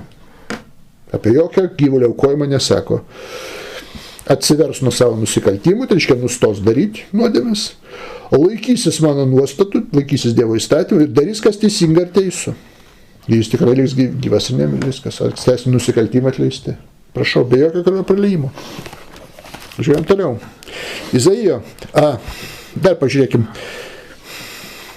Skaičių 25 skyrius nuo 6 iki 11. Per nusidėjėlių nubaudimą, per bausmę ateina. Žiūrėkit. Skaičių 25 skyrius nuo 6 iki 11 eilutės. Skaičių knyga 25 skyrius nuo 6 iki 11 eilutės. Vienas izraelitas atsivedė midianietį į savo palapinę Mozei ir visiems izraelitams matams, tuo metu, kai jie raudoja prie susitikimo palapinės sėjimo. Tai išvydęs kunigo Aarono sūnaus Eleazaro sūnus Finehas pakilo iš susirinkusių ir pagriebė sietį, įėjo į palapinę paskui izraelitą ir perdurė juos abu kiaurai. Izraelitą ir moterį per jos pilvą. Tada liovėsi maras tarp Izraelio sūnų. Nubaudė nusidėjėlius, viskas, bausmė panaikinama. Pašalinė nuodėmės aktyviausius darytojus gauna atleidimą. Jos pasigaidė. Važiuojam toliau. Izaijo 27:9. Pranašo Izaijo 27 skyrius. 9 eilutė. Jokūbo kalte bus atleista ir nuodėmė pašalinta, kai jis aukurų akmenį sutrupins, kaip kalkakmenius giraičių ir atvaizdų nebeliks. Kada nuodėmė bus atleista? Jokūbas Izraelis įklimpa į stabmeldybę, atleisiu, kai jisai sunaikins tos stabus, pašalins tą stabmeldybę iš savo. Tarpai bus atleista nuodėmė. Atsisakykit stabmeldybės. Nereikia nieko pjauti, nieko žudyti, jokio gyvulėlio. Štai kiek atveju, kai... O dabar žiūrėkit. Permaldavimo dienos ožys, ant kurios sudedamas Izraelio tautos nuodėmės, ar ne? Ir jis jas išneša į dykumą, juk jis gyvas, jis nepjaunamas.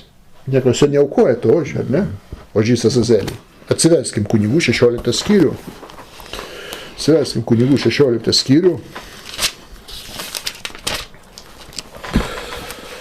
Paskaitykim nuo 7 iki 10 eilutės ir nuo 20 iki 22. Kunigų 16 skyrius nuo 7 iki 10 ir nuo 20 iki 22. Skaitau, nuo 7 iki 10 eilutės. Jis, vyriausias kunigas Aronas, pastatys du ožius viešpaties akivaizdoje prie susitikimo palapinės įėjimo ir mesdamas burtus skirs vieną viešpačiui, antrą išvarimui. Kuris burtas viešpačiui, tą aukos už nuodėmę. Kurisgi skirtas išvarimui, tas statys gyvą viešpatės akivaizdoje, kad atliktų ant jo sutaikinimą ir išvarytų į dykumą. Taip. Dabar žiūrėkim nuo 20 iki 22 eilutės. Kai baigsis švenčiausio susitikimo palapinės ir aukuro apvalymas, atves gyvąjį ožį ir uždės jam ant galvos abi rankas, išpažins visas izraelitų nedarybės, visus jų nusikaltimus ir nuodėmės, sukraudamas jas ant ožio galvos. Sudedi ant to vargšo ožio nuodėmės ir to ožio nežudai. Tada jam skirtas asmuo išves ožį į dykumą.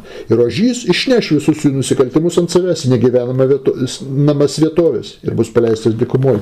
Niekas to ožio nepjauna. Prašau, be ožio papjovimo nuodėmės išnešamos. Žudyti nereikia, jokio ožio kraujo. Taip. Važiuojam dar toliau. 1 Karalių 8 skyrių, žiūrėkit. Saliamono malda. 1 Karalių knyga, 8 skyrius, nuo 46 iki 50 eilutės. 1 Karalių 8 skyrius, nuo 46 iki 50 eilutės. Skaitau. Jei izraelitai tau nusidės, ką daryti? Juk nėra žmogaus, kuris nenusidėtų. Ir tu sirūstinės juos atiduosi priešų, kuris paims juos nelaisvėn ir išves į tolimą priešų šalį. Ir jie ten būdami susipras, gailėsis, atsivers. Ir tavęs maldaus sakydami, mes nusidėjome, elgiamės neteisingai ir padarėme piktadarystę. Ir gręžtis į tave visą širdimi bei visą sielą priešų šalyje, kurie jie buvo išvesti. Ir melsis tau atsigręžę į šalį, kurią davė jų tėvams, į miestą, kurį išsirinkai į namus, kuriuos pasačiau tavo vardui. Išklausyk danguje maldas, maldavimus ir apgink jų teisės. Ir atleisk savo tautai, kuri tau nusidėjo visus jos nusikaltimus. Įsivaizduokit, sako, žydai nusidės, Dievas nubaus, išvarys visas tautas, aišku, šventyklą sugriauta, išvaryti visas tautas. Jei metūriau, o šventyklą sugriauta, aukų kojimą nėra, pažydus. Melsis atgailaus, išpažins nuodėmės ir bus atleistas, sako, atleiskim tada, kai jie atgailaus. Kai be šventyklos aukų nėra, atleiskim, jokių problemų. Šau, be kraujo praleimų. Žiūrėkit, kiek atvejų. Žiūrėkit, dar vienas atvejis, žiūrėkit, Danielius atvejis. Danielius 9 skyrius. Danielius Babilono nelaisvė, šventykla sugriauta. Jeigu šventykla sugriauta, aukų aukojimo nėra, taip? Žiūrėkit, atvejis. Danielius 9 skyrius. Paskaitykim, nuo 3 eilutės iki 20. Visos gal neskaitysim. 9 skyrius, nuo 3 iki 20 eilutės. Aš nukreipiau savo veidą į viešpatį Dievą maldą ir maldavimai su pasniku, ašutinė ir pelenuose. Meldžiau viešpatį savo Dievą, viešpatį dydis ir baimė kelintis Dievą, tu laikysi sandoros, esi gailestingas, kurie tave myli, laikus tave statė, mes nusidėjom ir nusikaltom, nedorai elgiamės, maištavim, atmintėm tavo potvarkius nuostus, mes neklausom tavo tarnų pranašų, kurie kalbėjo tavo vardu mūsų karaliams ir kunigaikščiams, tėvams ir visai tautai. Ir taip tai jau čia vis kalba, vis atgailauja už savo ir už savo tautos kaltes. Žiūrėkit, 17 eilutė.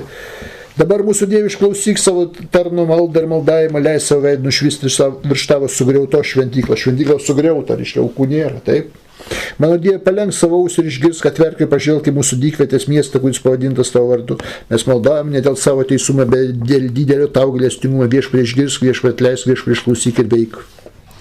Nedėls dėl savęs paties, mano Dieve, juk tavo vardu pavadintas savo miestas tauta. Kai aš meldžiausi ir išpažinau savo bei Izraelio tautos nuodėmę, maldaudamas viešpatį dėl mano švento kalno, man dar besmeldžiu, kai nesaugos metu greit atskridęs prie manęs prisilietė Gabrielius, kurį buvau anksčiau matęs regėjimą. Aš tai meldėsi, atgailavo, prašė nuodėmės, viskas, Dievas išklausė, atsiuntė angelą. O šventykla sugriauta, griuvėsiuose, nėra aukų. Prašau, be kraujo atleidimo. Be kraujo praleidimo atleidimas yra. Kiek atvejų. Amoso, 7 skyrius. Pažiūrėkit, dar vienas atvejis. Amoso 7 skyrius, nuo 1 iki 6 eilutės. Amoso 7 skyrius, nuo 1 iki 6 eilutės. Žiūrėkit. Viešpats Dievas parodė man tokį reginį. Karaliaus pievas nušienavus, pradėjo želti vėlyvai žolį, jis pasiuntė skėrių pulkus. Kai jie visiškai nuėdė žolę krašte, aš sakiau, viešpatie Dieve, meldžiu atleisk. Kaip be ištvers Jokūbas, jis toks mažas, prašo atleidimo. Taip, viešpats gailėjosi dėl to. Taip neįvyks, tai viešpats atleido. Nieko nepjovė, nieko neaukojo. Viešpats Dievas parodė man tokį reginį. Jis bausmį pašaukė ugnies liepsną, tą praėjo didžiąją gelmę ir buvo praėjantį kraštą. Tada tariau, viešpatie Dieve, meldžiu liaukis. Kaip be ištvers Jokūbas, juk jis toks mažas. Viešpats gailėjosi dėl to. Taip irgi neįvyks, tarė viešpats Dievas. Ir taip toliau, reiškia. Matot, atleidžia Dievas be jokios aukos. 106 psalmė, 23 eilutė, dar paskaitykim. 106 psalmė, 23 eilutė. Apie žydus kalba. Dievas būtų juos sunaikinęs, jeigu ne jo išrinktasis Mozės stojęs užtarti juos prieš Dievą, kad jo rūstybė nuo jų nenubaustų. Atsimet, Mozė apmeldėsi, užtarė ir nesunaikino, atleido nuodėmę. Nei ką nors paukoja, jokio gyvulio nebuvo paukojama. O Dievas atleido. Būtų sunaikinęs užbausmę, bet va, Mozė stoja ir užtarė. Užtarimo malda. Ir viskas.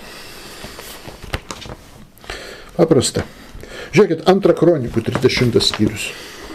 2 kronikų knyga, 30 skyrius, nuo 18 iki 20 eilutės. 2 kronikų 30 skyrius, nuo 18 iki 20 eilutės. Daug žmonių, ypač iš Efraimo, Manaso, Isacharo ir Zabelono, nebuvo apsivalę ir valgė Paschą ne taip, kaip buvo pasakyta įstatyme. Daro nuodėmę, taip. Tačiau Ezechijas meldėsi už juos. Gerasis viešpatie, atleisk kiekvienam, kuris paruošė savo širdį, ieško Dievo, viešpatie savo tėvų Dievo, nors ir nėra apsivalęs pagal šventyklos reikalavimus. Viešpats išklausė Ezechiją ir išgydė žmonės. Be aukos paprašė, maldavo ir atleido. Ir net išgydė žmonės. Ozėja 14 skyrius dar pažiūrėkime. Matot, kiek yra be kraujo praleidimo atleidimų Senajam testamente krikščionys, tai jūs geriau ne Paulius, klausykite, atsiverskit pas Senąjį testamentą, paieškokit, paskaitykit, bus viskas aišku, kad yra melagis, sukčius, tas Paulius. Bet ne, vietoj to, kad paskaityti aklaipai, bet tikė ir žviegį, dar likti, kad suprastumėt apie Tanachą. Ozėja, 14 skyrius, 2 eilutė. Pripažinkite kaltę ir gręžkitės į viešpatį sakydami, pašalink mūsų kaltes ir priimk mus maloningai, taukosime tau lūpų aukas. Dievas reikalauja, aiškina žydams, kaip pašalinti savo kaltę. Pripažinkit kaltę, išpažįstat nuodėmės, gręžkitės į viešą, atsiverčiat, sakykit, pašalink mūsų kaltes ir priimk mūsų maloningai, tai aukosime tau lūpų aukas. Lūpų aukas. Žodžius, maldas, giesmes. O ne gyvulius. Taip, koks dalykas. Pažiūrėkit, 51 psalmė. Kaip nežinot Tanacho?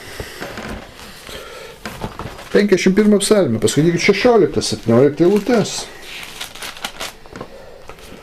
Tu nenori aukos. Jei aukočiau deginamą auką, tau nepatiktų. Tai kas tada auka yra? Auka Dievui yra sudužusi dvasia. Sudužusios ir nusižeminusios širdies, tu Dieve nepaniekinsi. Ne aukos reikia, kad atleistum. Sudužusi dvasia, sudužusios ir nusižeminusios širdies, tu nepaniekinsi. Sudužimas tai yra liūdesys, didelis pergyvenimas dėl to, kad žmogus padaręs yra, ir nusižeminimas prieš Dievą. Ir viskas, šito reikia, sako, ne aukos. Ozėja 6.6 pažiūrėkit.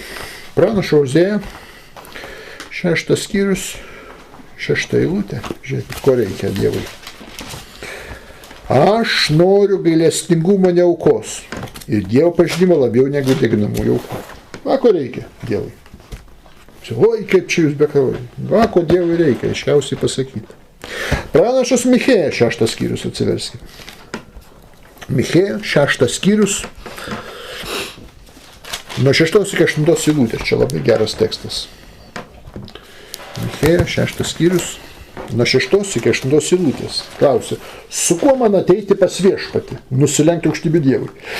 Ar ateiti su metiniu veršiu deginamosiomis aukomis?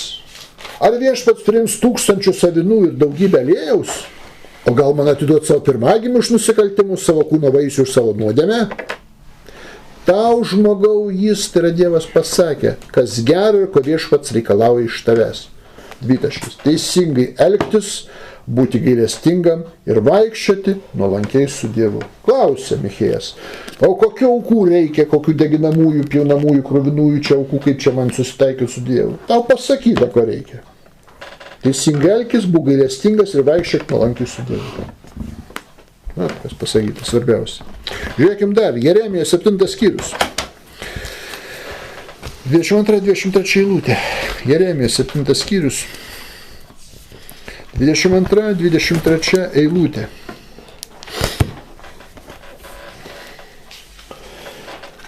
Aš nekalbėjau jūsų tėvams ir jiems nedaviau jokių įsakymų apie deginamąsias ir padėkos saugas, kai jūs išvežiu iš Egipto šalies. Bet jiems įsakiau štai ką, paklūskit mano balsui ir aš būsiu jūsų Dievas, o jūs būsite mano tauta. Vaikščiokite keliu, kur jums nurodžiu, kad jums gerai sektųsi. Ne aukos esmė, paklusnumas Dievui, taip. Žiūrėkit, Izaijo 1 skyrius, labai gera vieta. Izaijo 1 skyrius. Paskaitykim nuo 11 iki 18 eilutės. Izaijo 1 skyrius, nuo 11 iki 18 eilutės. Čia Dievas Izajui sako.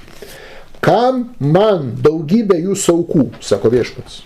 Man jau užtenka jūsų avinų deginamųjų aukų ir penimų gyvulių taukų. Aš nemėgstu jaučio, avių, rožių kraujo. Ką?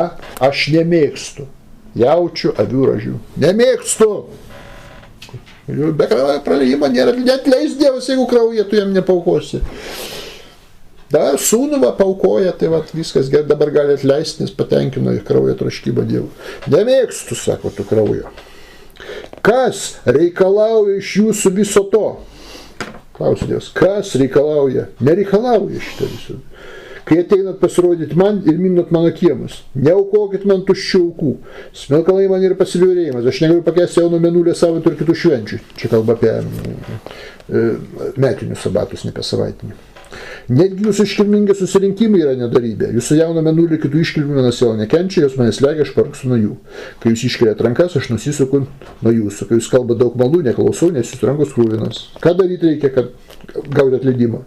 Nusiplaukite, apsivalykite, pašalinkite savo piktus darbus iš mano akių, liaukitės darę piktą, mokykitės daryti gerą, iškokite teisingumo, padėkite prispaustiesiems, apginkite našlaičius, užstokite našlės. Tada ateikite ir kartu pasvarstysime, sako viešpats, nors jūsų nuodėmės būtų skaisčiai raudonos, taps baltos kaip sniegas, nors būtų raudonos kaip purpuras, taps kaip vilna.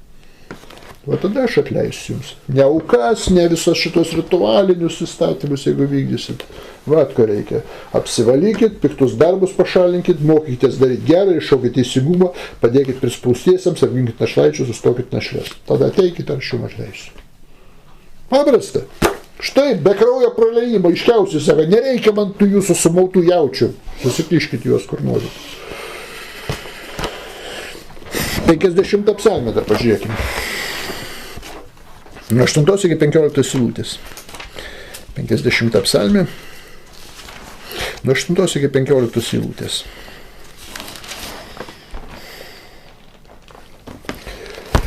Ne dėl aukų barsiu tave. Deginamasius aukas visad man aukojai. Man nereikia veršio iš tavo tvarto. nei ožio iš tavo bandos. Mano yra visi miškų žvėris, gyvuliai ant 1000 kalvų. Pažįstu visus kalnų paukščius ir laukiniai žvėris yra mano žinioj. Į alkanas būčiau nesakyčiau tau, nes man yra pasaulis ir visa, kas jame. Argi aš valgiusiu jaučių mėsą, argi gersiu ožių kraują. Aukok Dievui ką? Padėką ir ištiesėk aukščiausiam įžadus. Šaukis manęs nelaimės dieną, tai išgelbėsiu tave, tu šlovinsi mane. Aš jums pasakyti, komentarų reikia? Turbūt, kad ne. 69 psalmę dar paskaitykim. Nuo 30 iki 32 eilutės. 69 psalmė nuo 30 iki 32 eilutės. Aš girsiu Dievo vardą giesme ir dėkodamas aukštinsiu jį. Tai bus viešpačiui mieliau užjauti, už jauniklį jautuką su ragais ir nagais. Tai matydami linksminsis nuolankiai ir atgys širdis tų, kurie ieško Dievo. Atgys. Taigi. Girk Dievą, šlovink jį, viskas atgys. Žiūrėkit, dar vienas atvejis. Izaijo 43 skyrius. Pranašo Izaijo 43 skyrius. Nuo 23 iki 25 eilutės. Izaijo 43 skyrius. Nuo 23 iki 25 eilutės. Žiūrėkit, ką sako Izraelio Dievas. Tu neaukoji man avių, deginamosios aukos ir nepagerbi mane aukomis. Sako, tu neaukoji, nepagerbi. Aš nereikalavau iš tavęs duonos aukų nesmelkalų, aš ir nereikalauju tų aukų. Sako, tu nepirkai man sidabrą kvepiančių sakų, nedžiugini manęs aukų taukais, bet tu vargini mane savo nuodėmis ir nusikaltimais. Aš panaikinu tavo neteisybės dėl savęs ir neatsiminsiu tavo nusikaltimų. Tu neaukoji, sako man aukų, bet tiek tu aš panaikinu tavo visas nuodėmes. Štai be kraujo praliejimo yra atleidimas, nuodėmės atleistas. Ir štai kiek atvejų paskaitėm iš Tanacho, kur aiškiausiai juodo ant balto parašyta, kaip sutaikinamas su Dievu ir gaunamas nuodėmės atleidimas be kraujo praliejimo. Taip, kad paprastas dalykas. Net ir tos krūvinos, dar vienas momentas, net ir tos krūvinos aukos, kurios buvo, tai yra tik vienas iš variantų gauto atleidimui. Ir ne pagrindinis, toli gražu. Štai kiek būdų visokiausių yra susitaikinti su Dievu. Ne pagrindinis, bet net ir tos krūvinos aukos, kurios buvo, vienas iš variantų. Ir tai ne už visas nuodėmes, o tik nuodėmes iš neišmanimo, iš neapsižiūrėjimo arba iš nežinojimo padarytas. Už sunkias sąmoningas nuodėmes nebuvo jokių aukų. Yra kiti dalykai, atgaila, atšuva ir panašiai. Šitos aukos buvo tik tai už lengvas nuodėmes. Tai reiškia, kada tu nežinojai, kad tai negalima, arba neapsižiūrėjai, netyčia padarėjai. Nesąmoningai, neplanuodamas. Netikit, atsiversim kunigų knygą. Štai, pažiūrėkim.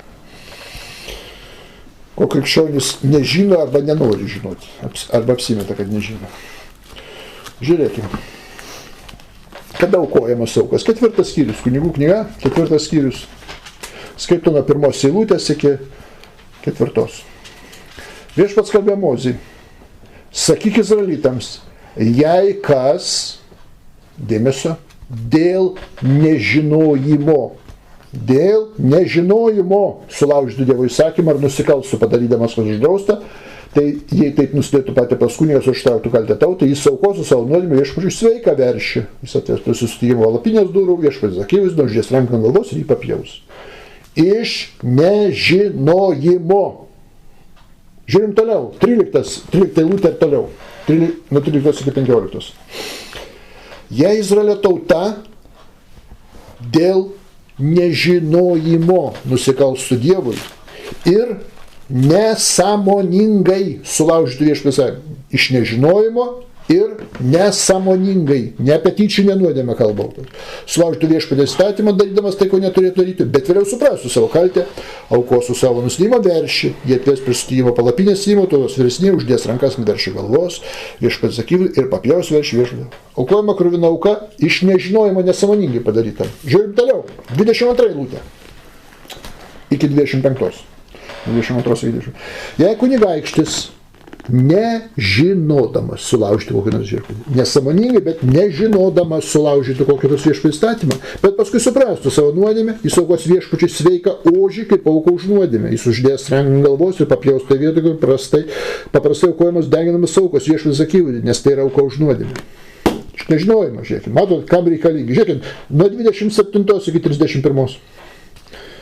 Jei kas iš eilinių žmonių nusidėtų, nežinodamas ir padarytų, kas uždraustų viešpatį įstatymą. Matot?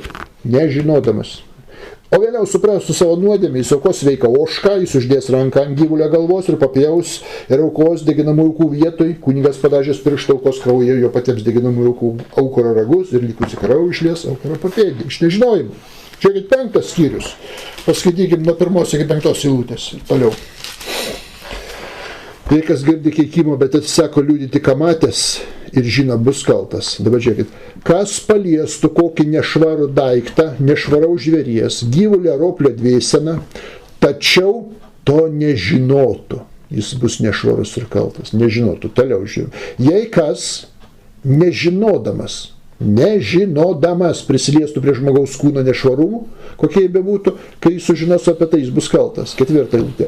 Jei kas nors prisiekia neapgalvotai savo lūpomis, neapgalvotai, netyčia, reiškia, nesąmoningai savo lūpomis pasižadėjams padaryti piktą ar gerą, kas tai bebūtų, kai žmogus patvirtina priesaiką ir tai liktų paslėpto jo, kai jis supras, jis bus kaltas. Jei žmogus bus kaltas kurio nors iš šitų dalykų, jis turi išpažinti, kad nusidėjo ir aukoti aukų už kaltę viešpačių, už nuodėmę, kurią nusidėjo jauną avį ar ožką, ar kunigas sutaikins jį. Štai kruvinas aukos, iš nežinojimo arba nesąmoningai. Jeigu tai buvo sąmoninga nuodėmė, žinant, kad nuodėmė jokia auka nepadės. Reikalingas rimtesnis susitaikymas, reikalinga atgaila, reikalingas gyvenimo pakeitimas ir taip toliau. Reikalingi geri darbai, kuriais turės išpirkti. Čia tik tai už tokius smulkmenas šitos aukos tai yra iš nežinojimo arba nesupratimo, neapgalvotai kažką padarius, neplanuotai. Tai va, tos aukos. Ne už visas nuodėmes buvo skirtos net ir aukos. Tai yra 2 dalykai. Pirmas dalykas, ne už visas nuodėmes, o tik tai iš nežinojimo ar nesąmoningai padarytas. Ir antra, dauguma atveju Tanache mes paskaitėm kiek vietų, kur be kraujo praleidimo yra atleidimas. Dar vienas klausimas, kurį ne pirmą kartą gaunu paprasčiausiai, kad Kristus atpirko Adomo kaltę. Adomas su Ieva nusikalto ir žalčiu ir šitą nuodėmę perduota visiems žmonėms buvo ir Paulius romiečiam 5 skyrius citavo per vieną žmogų nuodėmė įėjo į visą pasaulį ir mes visi kalti. Kristus būtent atpirko tą Adomo nuodėmę. Norit, aš jums įrodysiu, mėly krikščionys, vada čia juodo ant balto, kad neatpirko. Kad joks Kristus jokios Adomo kaltės neatpirko. Norit, įrodau, 1, 2. Faktais. Žiūrėkit. Adomas su Ieva nusidėjo ir žalčiu, taip? Kas atsitinka? Dievas paskiria bausmę Adomui. Kokią bausmę duoda Adomui?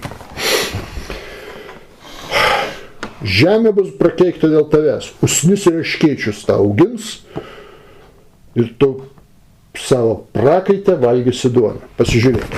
Pradžios knyga. 3 skyrius. Taip, kokią bausmę Adomui reiškia? Nuo 17 19 eilutės. O Adomui jis tarė, kadangi tu paklausai žmonos ir valgy nuo medžio, apie kurį tau buvo sakęs nevalgyk nuo jo, prakeikta bus žemė dėl tavęs, vardamas turėsi maitintis iš jos visą savo gyvenimą. Erškėčius ir usnis tau augins, tu valgysi lauko augalus, valgysi prakaitų uždirbtą duoną, kol sugrįši į žemę, iš kurios esi paėdęs dulkę, esi dulkę paversi. Taigi, sunkiai dirbsi, žemė priešinsis, augins usnis erškėčius, prakaitę veido valgysi duoną, kol galiausiai mirsi, grįši į žemę, dulkėsi, dulkė pavirsi. Nebūtum nusidėjęs, nebūtum myręs, būtum gyvenęs Edeno sode amžinai. Ievai bausmė kokia. Žiūrėkit, 16 eilutė.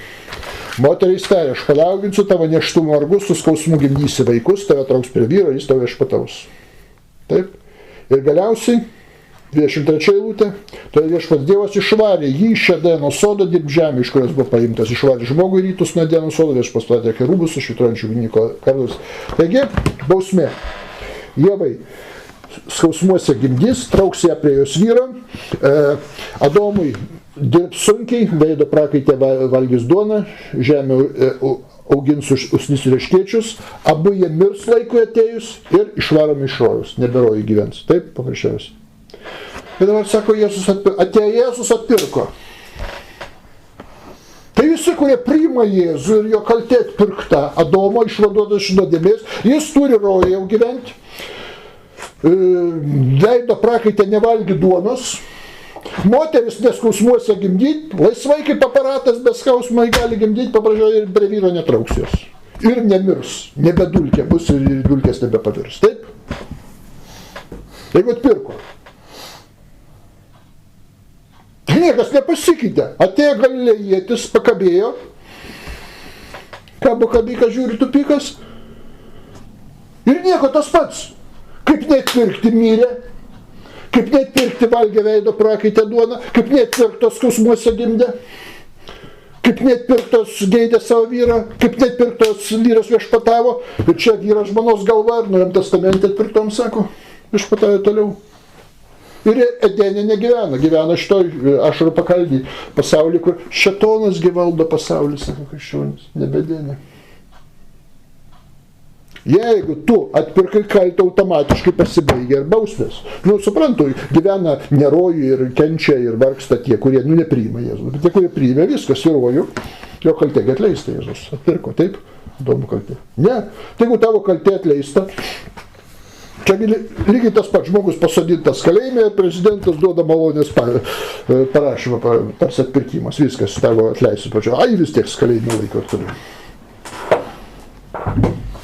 Kaltė atleista, atpirkta, jis toliau miršta dulkiam, kaip ir nusikaltęs, veido prakaitę valgo duoną, skausmuose gimdo ir taip toliau. Ir rojų negyvena, išvarytas iš rojus, gyvena toliau dėmė.